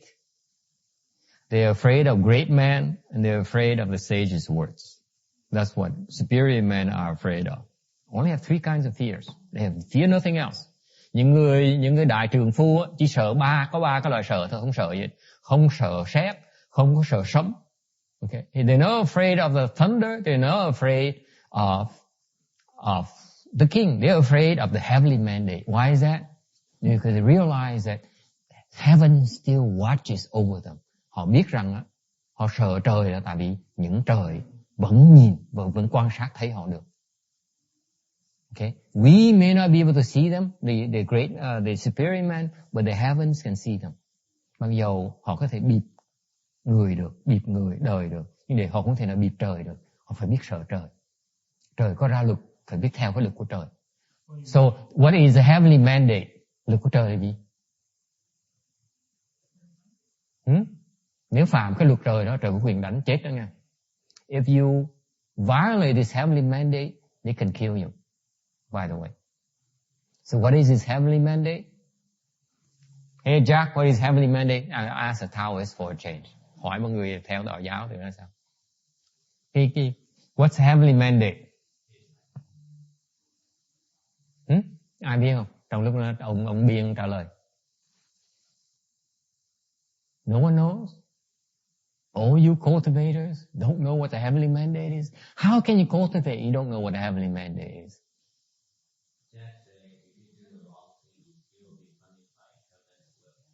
Okay, so what are the wrong things? Ông trả lời rằng nếu làm trật á, làm nghịch á, làm lỗi á, thì sẽ bị trời phạt. Tôi hỏi là lỗi gì? Cái gì gọi là lỗi? What is the heavenly? What is the offense? Biết không? Từ môn có biết luật trời là gì không? Nghe được không? Được. Biết trời á, cái luật của trời là gì biết không? Tại vì ở đây mà không theo luật trời, không tuân luật trời, trời đánh mình chết á, có quyền đánh mình chết á. Cái đó là sự phát, it's well known in Chinese. Okay, bên ông Tuyên Hóa ông kể chuyện á, because Master Shen Hoa, I don't know you guys remember this, you are followers of Master Shen Hoa. He recounted a story of a guy, thầy Tuyên Hóa thầy kể rằng in Tao á, in China back then, there is a guy, a rice merchant. Có một người bán gạo. Bên Tàu á, ông bán gạo ông giàu dễ sợ. He became very very rich, like filthy rich. Bán gạo thôi mà giàu không thể tưởng được. Tại sao vậy? Tại ông gian. See, he used to sell rices to the villagers who are kind of, quote, excuse me, because this is what he uses, stupid. Okay. Mấy người mà hồi xưa mà ở bên Tàu họ bán gạo cho mấy cái làng quê đó, người ta gọi là chất phác đó mà. Remember? Chất phác this morning. Okay. The English translation is kind of stupid. Kind of stupid. Chất phác. So what happened is when he sells some rice, either he would wet the rice, or he used a wrong scale, like a tip, a bad scale, or more commonly he would wet the rice so that when he weighs the rice, it's heavier than it really is. That's how he makes his filthy profits. Hồi xưa là thay vì bán gạo trước khi bán gạo, ông ngâm nước một tí gạo trong tí xíu nước để cho nó khô lại, thì cái gạo nó nặng hơn. Thì khi bán gạo á thì mình cân cái gân nó nặng hơn. Là vì ông lời dễ sợ, ông lời không thể tưởng đâu. Ok, hiểu không Quảng Ngân? Biết làm giàu chưa? So he became filthy rich, and And so he was ripping off all these stupid villages. Bán gạo mấy cái vùng thôn quê không, giàu không thể tưởng được, bịt người ta. And one day they found him dead by the wayside, by the roadside, struck by lightning. Một ngày kia người ta khám phá ra ông bị sét đánh chết ngay bên cạnh bờ đường ấy. Okay, and lightning struck him and burned the back, struck him on his back and burned his back. And there's some kind of Chinese words that no one can understand. Some kind of Chinese scribblings. Lúc mà sét đánh lưng ông, cái áo đánh lên lưng á, cái áo nó chảy ra, nó lòi ra có cái chữ giống như chữ Tàu mà nó đọc ra không được. Okay, so they were scratching their heads. They said, "What is the message? What is this reason here?" Cái người ta thắc mắc hoài. Then one man, since people couldn't figure it out, one man took a pen and drew a line at the center of his back. Cái một kia người kia thông minh lắm, ta lấy cái viết, ta gạch một cái đường ngay giữa cái lưng ông á. And that's when all the scribbling came make sense. What's missing is that line in the middle. Mà thấy được cái những cái lời chữ Tàu nó là gì? Nói rằng cái người này á là đại ác, thành bị trời đánh chết. It says that this man is very evil, has been punished to death by heaven. It is a fact that this is a Chinese wisdom, by the way, that heaven, when heaven is unhappy with us, they can use lightning to strike us and kill us. Thành bên người Tàu, Bắc Tư Môn là người gì? Việt Nam là người Tàu. Cái bà kia, cái bà sau kìa, bà mới tới kìa. Người Việt hả? Không hiểu hả? Người tiếng Tàu, ok. Thì cái người Tàu, cái chữ hình người Tàu, ta biết rằng Việt Nam mình cũng có cái này nghe, người Tàu cũng biết. Người Tàu tin rằng là nếu như mình ở ác á, trời có thể dùng sét đánh mình chết. Người Tàu biết cái đó, người ta mình không tin chuyện đó. Người Tàu tin chuyện đó. It is a fact. Tin không? Có hả? Oh, that's right. I take it back. The Vietnamese also have that. Because Kim reminded me, the Vietnamese has a saying. It says, even when heaven strikes, they wait until you're done eating. So actually, Vietnamese do also believe that heaven can strike with lightning to kill you, to punish you. So you have to keep on eating. You're very evil, eat a lot. Thằng nói nếu mình ác là mình lo ăn ngày đêm không để phòng ngừa. Okay. So anyway, so it is a fact that this is why the superior men, according to Confucius, they realize that they're under the strict observation of heavens, so they cannot violate heaven's mandate. Tại người từ đại trượng phu, theo khổng tử nói, người ta đại trượng phu có trí huệ là người ta phải biết sợ trời. Okay. So chờ cái luật của trời. So what is the heavenly mandate? Can you guess what it is right now? Heavenly mandate simply is, thou shall not do evil. Không được làm ác, nên làm thiện. You should do good. Don't do evil, do good. Okay. That's how they got to be up there. Người trời ta sinh được quả đó tại là tu thập thiện, thành phải làm thiện. Okay. Làm ác là đi ngược lại cái luật của trời, là trời của quyền phạt. Nhưng người ác là sẽ bị đánh chết, có thể bị đánh chết. Okay. So if you do evil, the lightning can punish you, the heavens can punish you, and take your life away. So the spirit men are aware of that. They are afraid of great men. Những người đại trượng phu ta sợ những cái đại nhân. Tại sao vậy? Why are they afraid of these great men?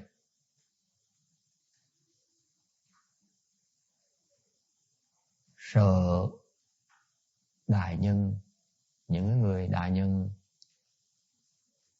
coi thường mình. Disapprove of us. What's that? What does it mean? Disapprove tiếng Việt.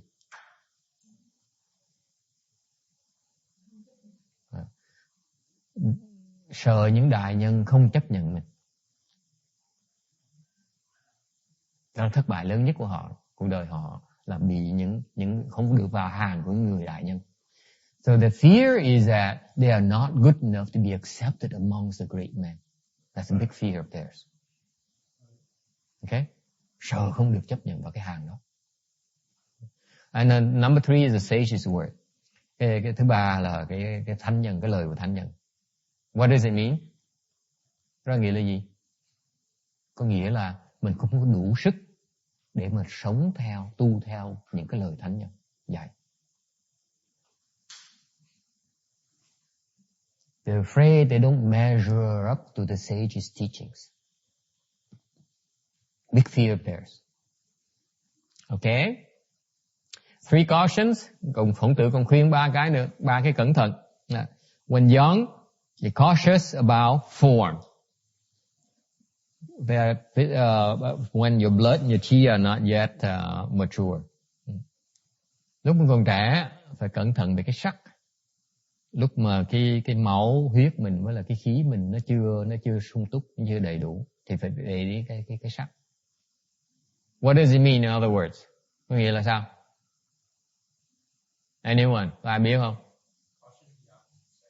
Yeah. You heard it last year, didn't you? Năm ngoái tôi giảng này rồi. When you're younger, when you are not mature yet, you have to stay away from sex. Okay. Lúc còn trẻ phải né cái chuyện tình dục. Okay. Ta hại mình dễ sợ, ta hại mình không thể tưởng được. And you know, nowadays that's why, you know, the decline begins nowadays in these modern times with kids nowadays. They start hurting themselves immediately. Cái thời mạt Pháp này như vậy, thời văn minh như vậy, người trẻ cái xứ này bây giờ chưa tới tuổi đã bắt đầu làm chuyện bậy bạ rồi. Rồi tự hại ngay từ trẻ. Thế nghiệp nó nặng dễ sợ. Okay. You know, in my when I came to this country back then in 20 years ago, 20 năm trước, 30 năm trước khi tôi tới đây, you know, the children still look like children. Hồi trước á, để ý thấy con nít nó còn thấy con nít. Nowadays, at the age of like 12, 11, they're fully formed already. You notice that? Yeah. Có vị để ý, hồi đó tôi thấy mấy đứa con nít nó vẫn còn cái dáng của con nít. Bây giờ khoảng chừng 11 tuổi, 10 tuổi, 11 tuổi là bắt đầu người nó eo át tùm lum tà la, nó nở nang tùm lum tà la, là như vậy rồi. Làm sao nó chịu đựng nổi? How can they resist? You know, you watch TV and you see all these people kissing and glorifying sex and sensual pleasures, and they look at their friends and they are just a mini version of that movie pictures, the TV pictures. Okay? So it is very, very scary thing. And also anyway, I don't want to go too far there because okay, so be careful. This is what we need to teach our children. Be careful about that. Wait, it's no rush on that. Okay. Tại vì phải dạy cho những người trẻ thế đời này là phải nói là phải đợi, đừng hấp tấp gì cái chuyện đó. Okay. I don't think any of them is waiting anymore. I think it's so widespread. Thời buổi này chắc không ai đợi đâu nha, không ai đợi tuổi trưởng thành đâu nha. Rarely do I hear of anyone like that, including those who have those promise rings of what is it? Those conservative majority. What they have, what is it? You know what I'm talking about? They get together on these with the rock band, and then they sing and they praise the Lord, and then they put on a ring that I take an oath to keep myself until I marry. Okay. Quý vị nghe cái show bên em, cái xứ này có nghe hả? Sao hay dữ vậy? She follows the news as well. She knows about these things. Mà biết là trong phần lớn tụi nó đều phá cái lời lời thề đó không? Hơn 80% nó phá. Nó lập một cái là nổi trong một năm nó phá cái đó ngay. They break that vow within a year of making that vow within a year. They surveyed on that. Yeah, they surveyed and they said They kept it for a year. within a year they break it. Or 80% of them break it within a year. Probably only in some religious communities are children still act like children, like Mennonites or the Yeah. But then they marry young. They marry when they're 16 or something. Oh yeah. Especially those communities where like I can't name any names, but they do marry pretty young. 16, 15, so on. Men can have many wives. So they do marry, even the young ones, they get married and so on. That's not the official church. That's just there's a lot of them. What about you? You become a Muslim, Tex, if that bothers you. Muslim is okay to have 4. And then you blow yourself up and you get 74. Ông nói tùy hội, tôi nói bên ông cử nữ với tôi nói không thích cái đạo mấy cái giáo mấy cái tôn giáo ở đây thì qua bên theo Hồi giáo. Hồi giáo cho phép có 4 vợ, sư cô biết không? Có vợ chứ không có chồng nữa nha, 4 vợ chứ còn được 1 chồng thôi nha, chứ đừng tưởng bợ. Xong rồi nếu như mà mình lập công với Đức Chúa thì mình đi tự tử, mình nổ bom tự tử thì mình chết thì mình được 74 người phụ nữ. Heaven. Anyway. So be careful about form when you're young. When you mature, you be cautious of fighting. Lúc mà lớn lên á thì phải cẩn thận, đừng có đấu. Okay.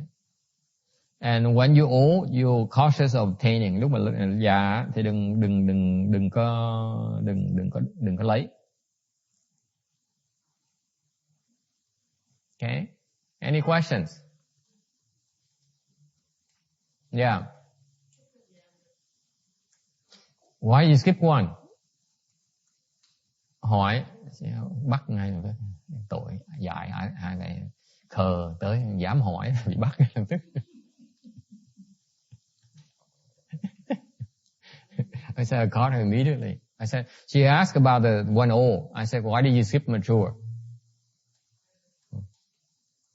Tại sao nhảy mature nhỉ?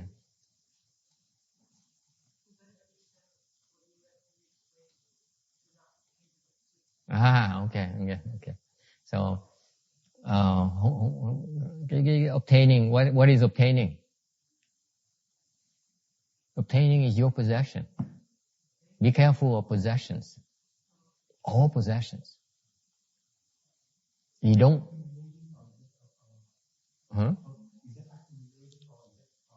Obtaining. Yeah. Possessions. Possession is things. Obtaining is your act of acquiring things. Be careful of that. So even before it becomes your possession, your act of obtaining is dangerous. The Chinese wisdom is like that, Eva.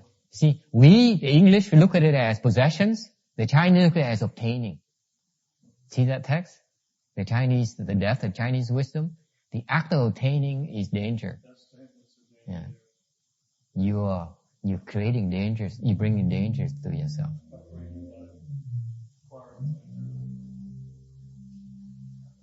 Thấy cái ký hiệu người Tàu hay vậy sao? Người Tây phương á, ta nhìn đó là của cải, đúng không? Thành khi đọc cái này người ta không hiểu. Những người mà theo Tây phương á, theo cái cái giáo dục Tây phương, ta nhìn cái này là cái đất này, obtain là đất á, được, là người ta không hiểu. Chứ còn người Tàu nói về chẳng hạn như của cải, ta hiểu ngay lập tức. Việc người Tàu nói rằng cái hành động mà làm để lấy làm của mình á, cái hành động đó nó tạo cho mình cái tai hại cho mình khi mình già, khi mình lớn tuổi. Dễ thờ không?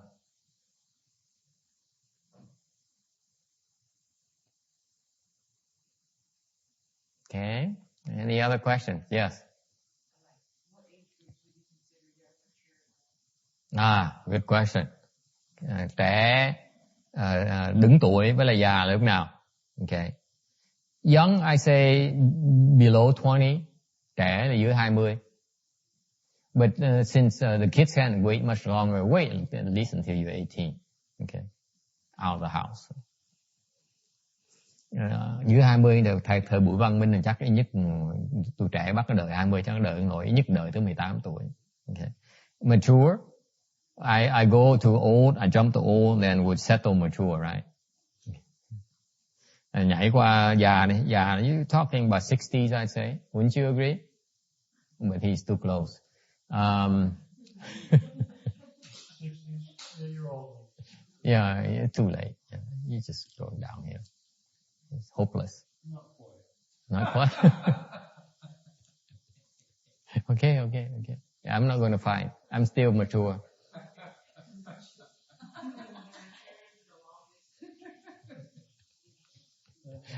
Ông không đồng ý. Tôi nói già là 60 tuổi, già là về hưu rồi, nghĩa là vô ích rồi, vô vọng rồi. Ông không đồng ý. Tôi nói không đồng ý không sao, tôi không có đấu, là tôi vẫn còn đứng tuổi. Okay, does it help? Okay. Any other questions?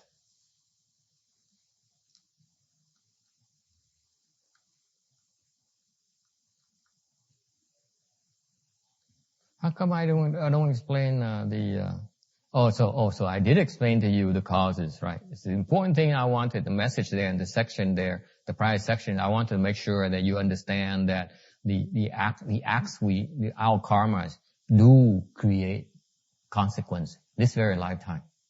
Okay. Phải nhớ lại, I forgot when I was preparation. I don't know which form I chose to present it to you, so I forgot. Basically, the message there, this untimely death is to remember that there is a consequence right now. Phải nhớ là cái hoành tử là nhắc mình biết là cái nghiệp của mình nó tạo cái quả ngay bây giờ, đừng có tưởng không chạy đâu được hết đó. There's an anecdote in the left home Vinaya, trong cái kinh luật của bên người xuất gia đó, có kể một cái chuyện này. There's a Swami, có một người sa di đó tu với ông thầy một thời gian lâu. Tu sa di, tu một thời gian, cái ngày kia ông thầy nói người sa di nói, thôi bữa nay con đi về thăm gia đình đi. So one day his master told this Swami here, you should go home and see your family. Swami said, see family? You know? Oh, too bad. I was doing the Danny Sung's imitation. He's not here. Is he online? No, mẹ nó đuổi đi ngủ. Good for him. So anyway, see, the Swami says, I'm a left home person. Am I not supposed not to go home anymore? Ông sa di hỏi, ủa, hình như trong thầy dạy con là khi mình làm sa di là không được liên lạc với gia đình nữa, bây giờ sao phải đĩa con về nhà? Tại người sa di á, mấy người đi xuất gia đó, tu cạo đầu một cái là thường họ được khuyên là không nên liên lạc với người gia đình nữa. And you ask her, now it's okay, and you go back to see the family and the sons and the grandsons and so on. Người cụ túc giới có được miễn như phải sư cô? Mình là xuất gia, mình miễn không? Mình về thăm nhà tỉnh bơ đâu sao? Nhưng người sa di làm đâu cho khuyên người ta. Hả? Sư cô không về thăm nhà hả? Tôi ngày nào tôi cũng về nhà hết, sư cô biết không? She said like she only sees her family once a year. I said, I see my go back to my family every day. Okay. So that's why I made sure you understand. But the novice monks, they're not supposed to have communications with the family. Nhưng người mới xuất gia đó, thường tôi khuyên không nên liên lạc với gia đình nữa. Okay. Đằng này á, ông thầy nói thôi con về thăm nhà đi con. Ông nói ngạc nhiên, ủa thầy mới dạy con, lúc trước thầy dạy con là không được liên lạc, nên bây giờ thầy biểu con về nhà thăm luôn, đừng nói chuyện liên lạc nữa. He said, so you taught me not to have communication with my family, now you tell me to actually go home and pay them a visit. Why is that, Master? Hỏi tại sao vậy, thưa sư phụ? Thầy nói, con sắp chết rồi, về thăm nhà lần cuối đi con. Master said, yeah, your time is up. You don't have much time left. Go home and pay and say goodbye to your family. And hurry back. Về thăm đi. Thăm xong là trở lại gấp nghe chưa? So the Swami went home. She walked home. Ông đi bộ về. Đời xưa không có ngựa, không có gì hết. Nhà xuất gia nữa, thành nhà nghèo chỉ đi bộ thôi. So he walked home and he crossed the river. Đi ngang cái sông. Okay? He crossed a small stream, đi ngang cái dòng sông nhỏ nhỏ. Không để ý thấy, ủa, nhưng có cái tổ kiến nó bị nước nó cuốn đi. He noticed there is an ant nest being floating on the water. So he took a tree branch, he broke a tree branch, and get the ant nest on the shore. Okay, lấy một cái cành cây khều cái ổ kiến đó để trên cái bờ. And he went on and saw his family and his mother cooked for the relatives. Về nhà thăm mẹ, thăm gia đình, sau mẹ mới thọc tiết cho bà con tới ăn. Make sure Jenny hears that. Xong rồi trở về lại gặp thầy. So he came back to the temple and Master says, what took you so long? Hỏi sao mày đi lâu như vậy? So Master, I just heard, I just said, go back to work. Go ahead. There's a lot of work. You need to go back and don't goof off. Mày trở về làm việc lại đi. Đừng có lừa biếng chứ. But Master, I don't have much time left. Can you take it easy on me? Not anymore. Ông hỏi, thưa sư phụ, con sắp chết rồi, thầy nương tay cho con, chứ con đâu còn bao nhiêu là bắt con làm gì tội. Nó không có đâu. Mày không có chuyện đó nữa. Mà lo làm việc đi. Tại sao vậy? Tại vì mày hết chết yểu rồi. He said, the Master informed him that he no longer is about to die. How come? He saved his ant's nest and that extended his life. Cứu một cái ổ kiến đó không á, vì vậy mới được sống thêm.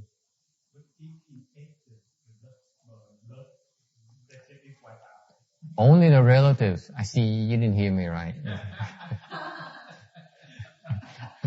Bắt lẻ tôi.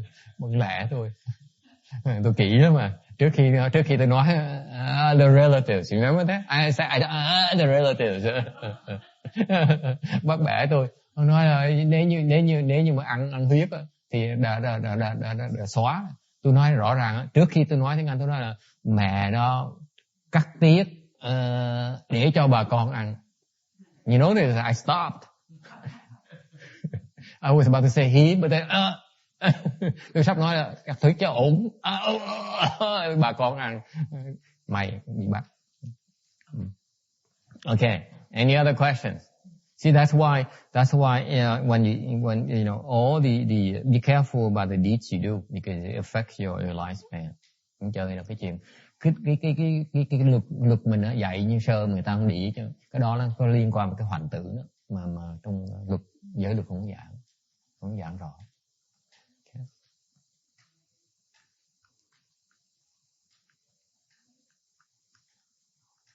Okay, we are on 456.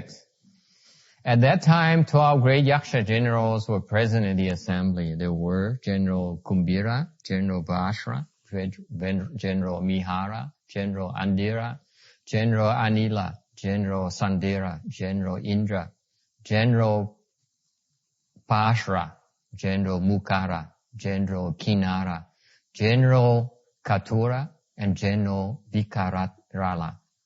These 12 great Yaksa generals, each with a retinue of 7,000 Yakshas, simultaneously raised their voices and addressed the Buddha. Who honored one today by relying on the Buddha's awesome power, were able to hear the name of the world-honored one, Medicine Master Vidura Life Tathagata.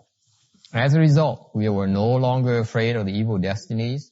All of us are of one mind to take refuge with the Buddha, the Dharma and the Sangha to the end of our lives.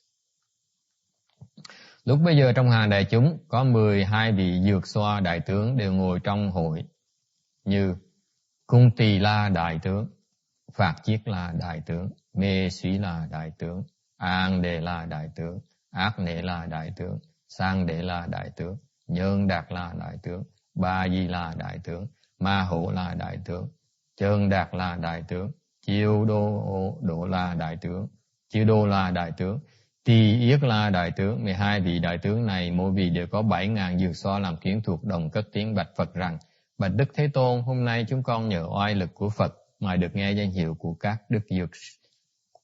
của Đức Dược Sư Lưu Ly Quang Như Lai, không còn tâm rờ sệt trong các đường ác thú nữa. Chúng tôi đồng nhau, đồng một lòng trọn đời quy Phật, Pháp và Tăng.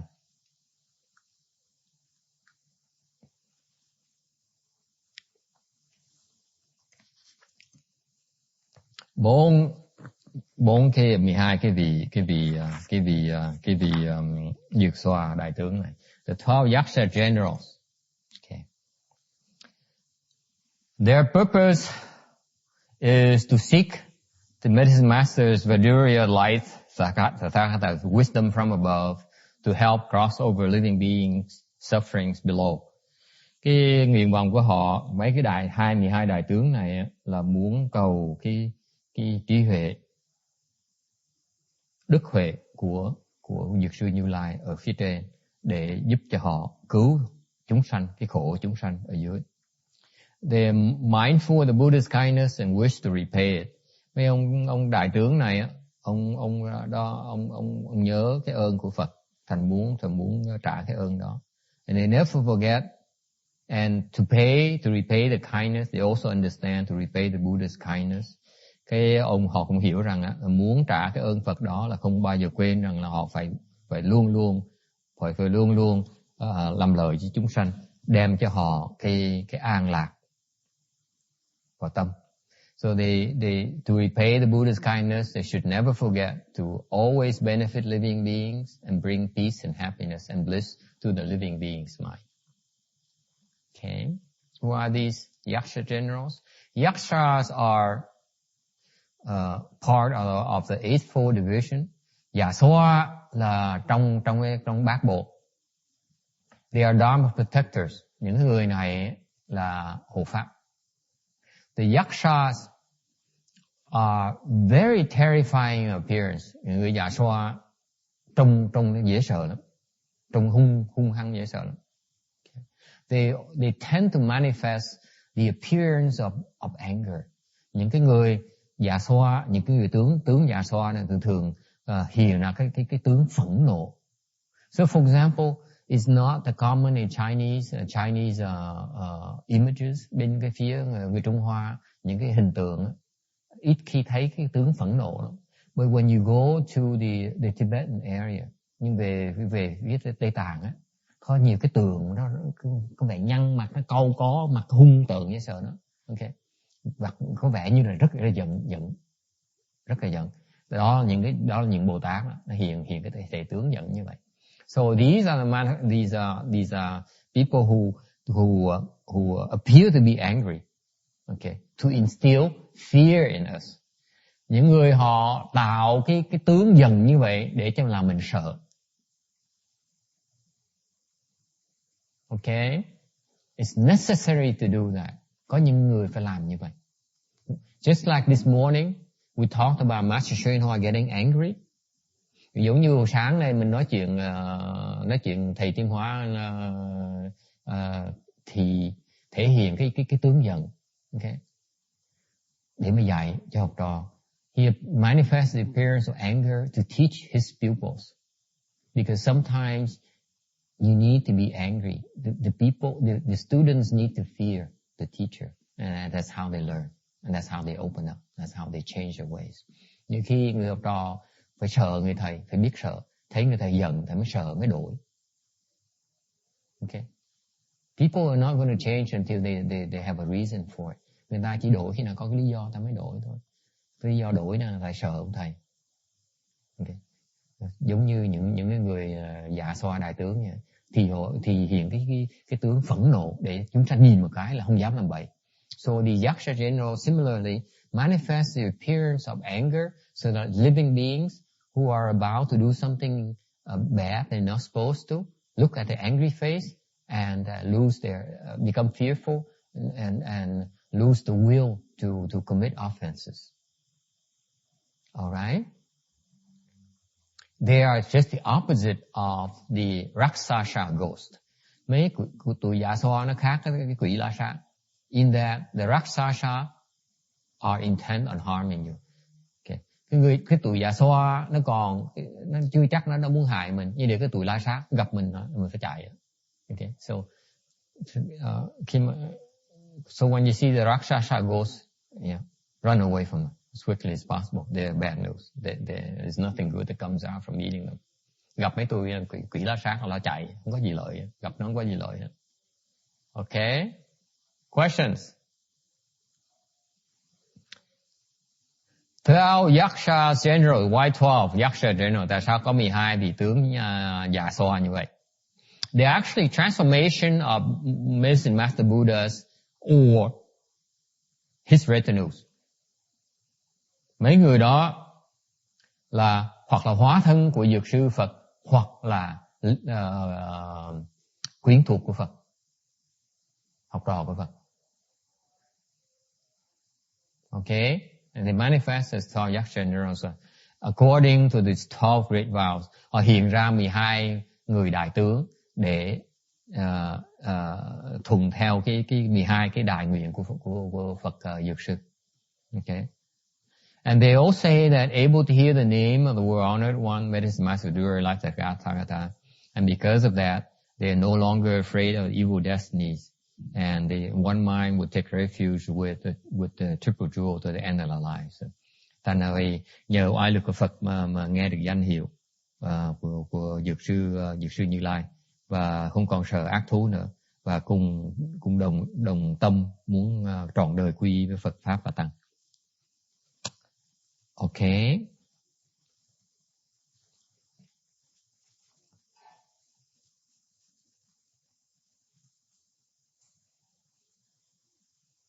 So let's go into these 12 Yaksa Generals.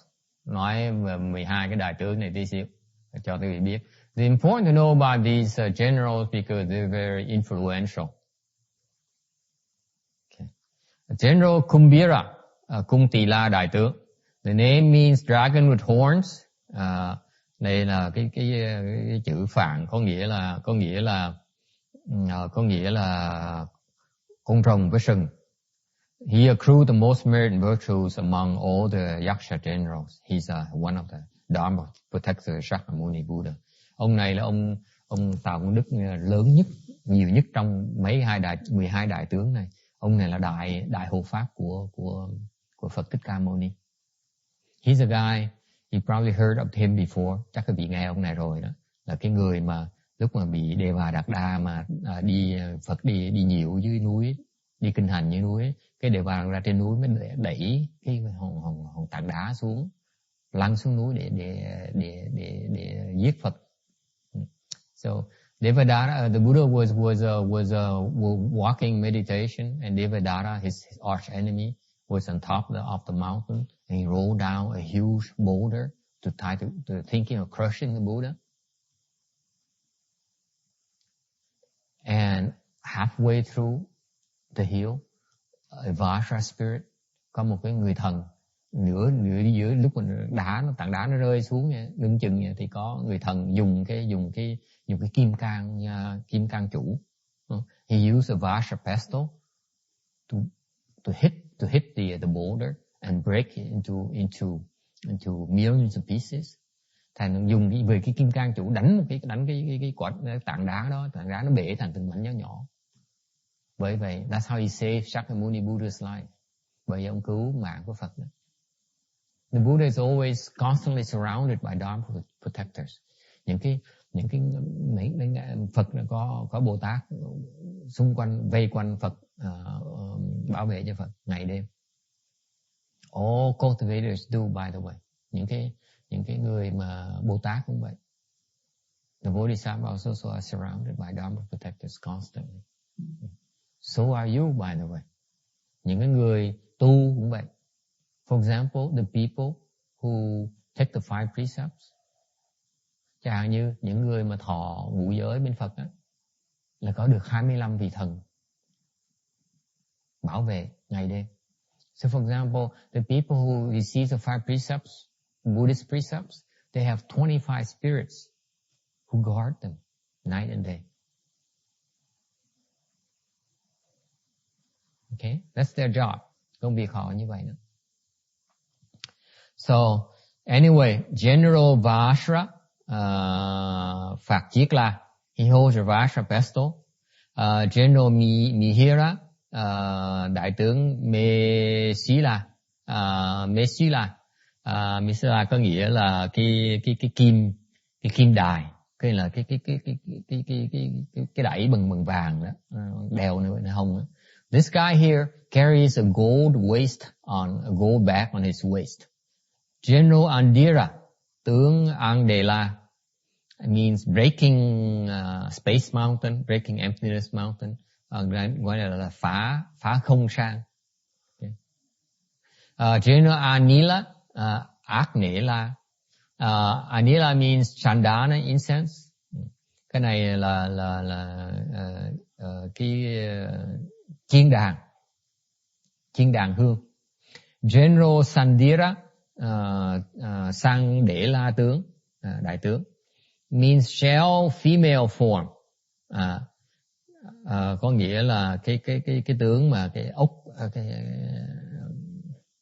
cái vỏ ốc đó, cái vỏ san hô, mà hình tướng của người đàn bà. He has a flower garden on his head shaped like a shell. Có cái hoa, có cái đại hoa, cái vương liệm bằng hoa trên đầu á, nó giống như hình của cái vỏ ốc vậy đó. Okay. 6 more. 6 người tướng là Nhân Đạt La đại tướng. General Indra. Indra is Sanskrit for capable God. Nhân Đạt La có nghĩa là năng thiên chủ. Okay. Also means ground maintaining, cũng có nghĩa là địa trì, giữ đất. Okay. General Pashra, Ba Đi La đại tướng, means whale, voi, cá voi, as big as a whale, to như cá voi. General Makura, Ma Hổ La đại tướng, means python dragon. Cái nào là cái mãng xà rồng. Con rồng, cái loài hình tướng những mãng xà lớn to dễ sợ. General Kinara, Chân Đạt La, has 1 horn. Trên đầu có một cái sừng. Okay. General Katura, Chiodola, means adorn, flag, also means killer. Kirula có nghĩa là cái nghiêm phàn, là cái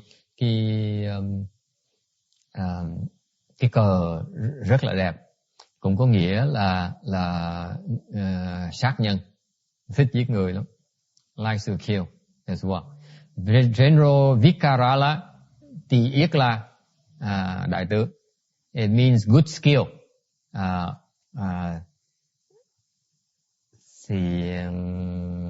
What's ye in Vietnamese? I forgot. Okay. Tức có tài, người có tài.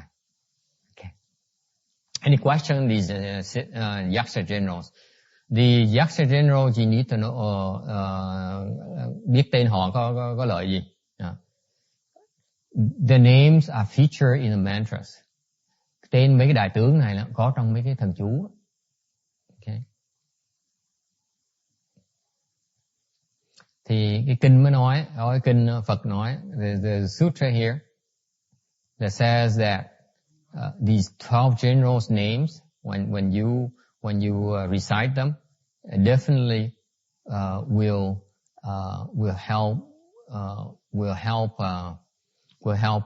help your cause. Tụng mấy cái lời đó, như trong mấy cái thần chú có cái tên của họ. Khi mà thần chú mà mình đọc tên họ, những cái đại tướng này trong thần chú, thì những cái quyến thuộc của họ, những cái bộ hạ của họ sanh tâm kính phục, sợ sệt, không làm bậy với mình nữa. So the retinues are then subdued by hearing the boss's names. All right? Because each of them has a retinue of 7,000 yakshas. Và vì mỗi người họ đều có 7,000 cái con quỷ dưới uy quyền của họ. So these 12 generals each has 7,000 yakshas. They represent 84,000. Cái đó là 84,000. Yeah. The 12 symbolizes liberation of the 12 places. Cái 12 này là tượng trưng cho cái sự giải thoát của trong cái 12 cái xứ. Okay? 2 xứ nào? What are the 12 places? Liberation. What are the 12 places? 12 xứ là gì thưa cô? Liberation from your sense organs and the dust. 6 sense organs and 6 dust. Lục căn, lục trần. Được giải thoát. Alright. And the 7,000 retinue symbolize turning the dust with the 84,000 Dharmadors. Anyway, it's quite involved. Cái 7,000 cái người quyến thuộc này là tượng trưng cho chuyển những cái trần lao về 84,000 cái pháp môn. Okay, any questions? Okay, we still have a few more slides to go, but time is up. Okay, sắp hết giờ rồi, vẫn còn vài chục cái. It looks like we have to come back next Saturday and try to finish it. Chắc tuần sau mới trở lại gặp lại một lần để mình cố gắng giảng cho xong cái kinh này. Okay, any questions? Because we still need to have work to do here, right? Need to wrap it up. Huh. Questions? Ai thắc mắc gì không?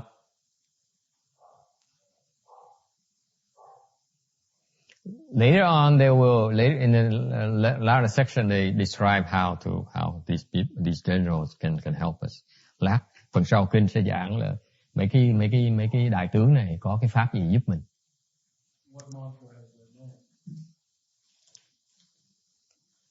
What mantra has their names? Like mantra has their name. Are the names in the mantra? Yeah. Some mantras, not the one like a medicine master mantra, but some other mantras have some of the names. Like Shranga mantra have some of the names. Okay. Because all the major mantras are designed to command ghosts. To command ghosts, you need to remind them that to invoke their boss's names.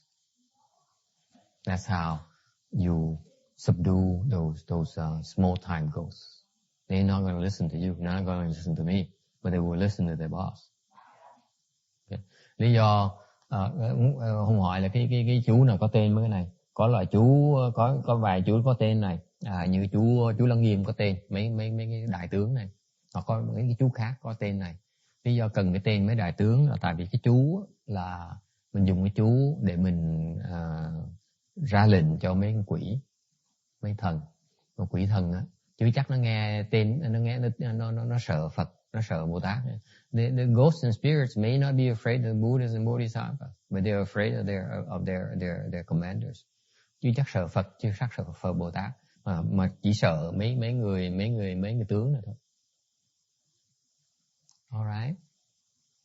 Thành nghe cái tên mấy tướng là bao giờ biết sợ sệt mà không dám làm bậy. All right. Anyone else? Anything else? Okay. Vậy thì we stop here then. Let me 463.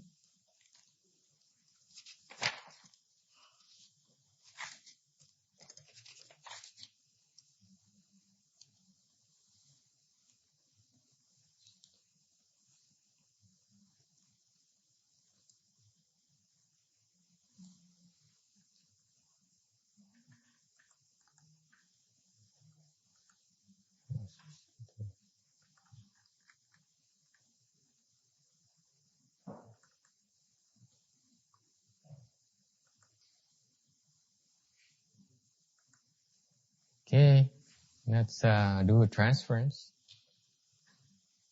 Hồi hướng công đức.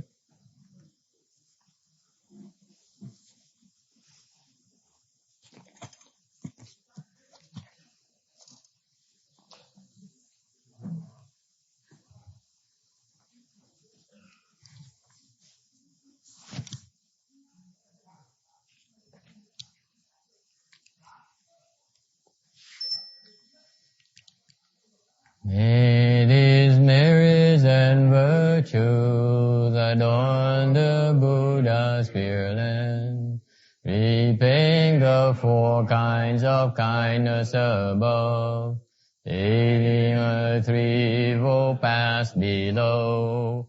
May those who see and hear all bring forth the Bodhi mind. And when this retribution body is done, be all born in a land of utmost bliss.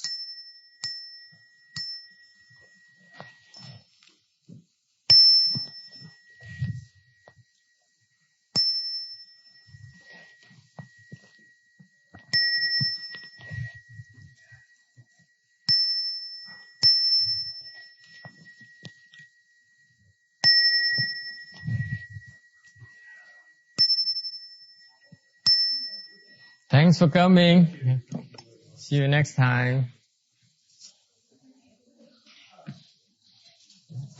Yeah. Should we shift the tip a little bit over so we don't have to, when we put back on, we don't have to reach over the top?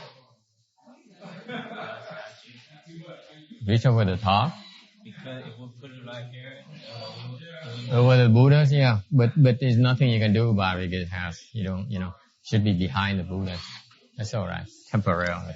Okay. Yeah. I'll see you later. Take care. You can. Master, is this height okay, or you want it even with the windowsill? I just realized sitting there, the other one's even with the windowsill. It is? Yeah. It really doesn't make much difference because we place it anyway eventually. Okay, then we can move that one over and then keep it even with this one. The reason we were thinking of keeping it because this is only 24 inches and that's 27. Yeah. That way the Buddha will be even with the flags. Actually, the Chinese way is that we should be a little bit like a chest level. Really? Yeah. But the Vietnamese, we just have to live with that for a while. Oh, okay. Yeah. So you want us to pull that wood one over here and make it even then? Huh? The wood, the temporary one? No, just leave it there. Don't do anything. We should do this temporary because I do not want to knock the statues of the altar. That's all. That's the major reason. But we will have to reconfigure this eventually. Okay, the light, you want me to unscrew it because it's going to be right above the Buddha? Yeah, just unscrew it a little bit. You think, because this is going to be, this is going to be right here. I can unscrew that one, but I mean, this one is going to be right below the rebirth, so it's actually quite appropriate, I think. Yeah. Okay. But,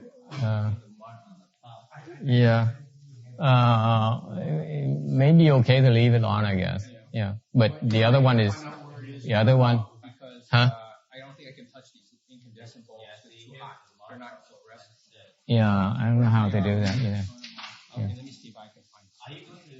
You don't want to touch it. You want to have a very, very, very, I think it's pretty hot and I should work less. yeah, you don't want to touch it. Okay, see, somebody just turn it off. Oh yeah, you just, the breaker, circuit breaker. The two side, there's a light right here. Oh, there is? Also control the light on top of the Buddha. I think the projector mount, came in, but I won't know till I go home. I'm going to send Walker an email. He said if it's came in, we'll come in early tomorrow at 8. We'll mount it up because tomorrow they have precept class. No, only, yeah. We'll do it in the morning early. Right. Okay, yeah, there's a thing here that rolls it up. I think it's up thing here. Whatever. Yeah. What's up? Yeah. Sure. But the thing is, you sure can. It's not a problem. You,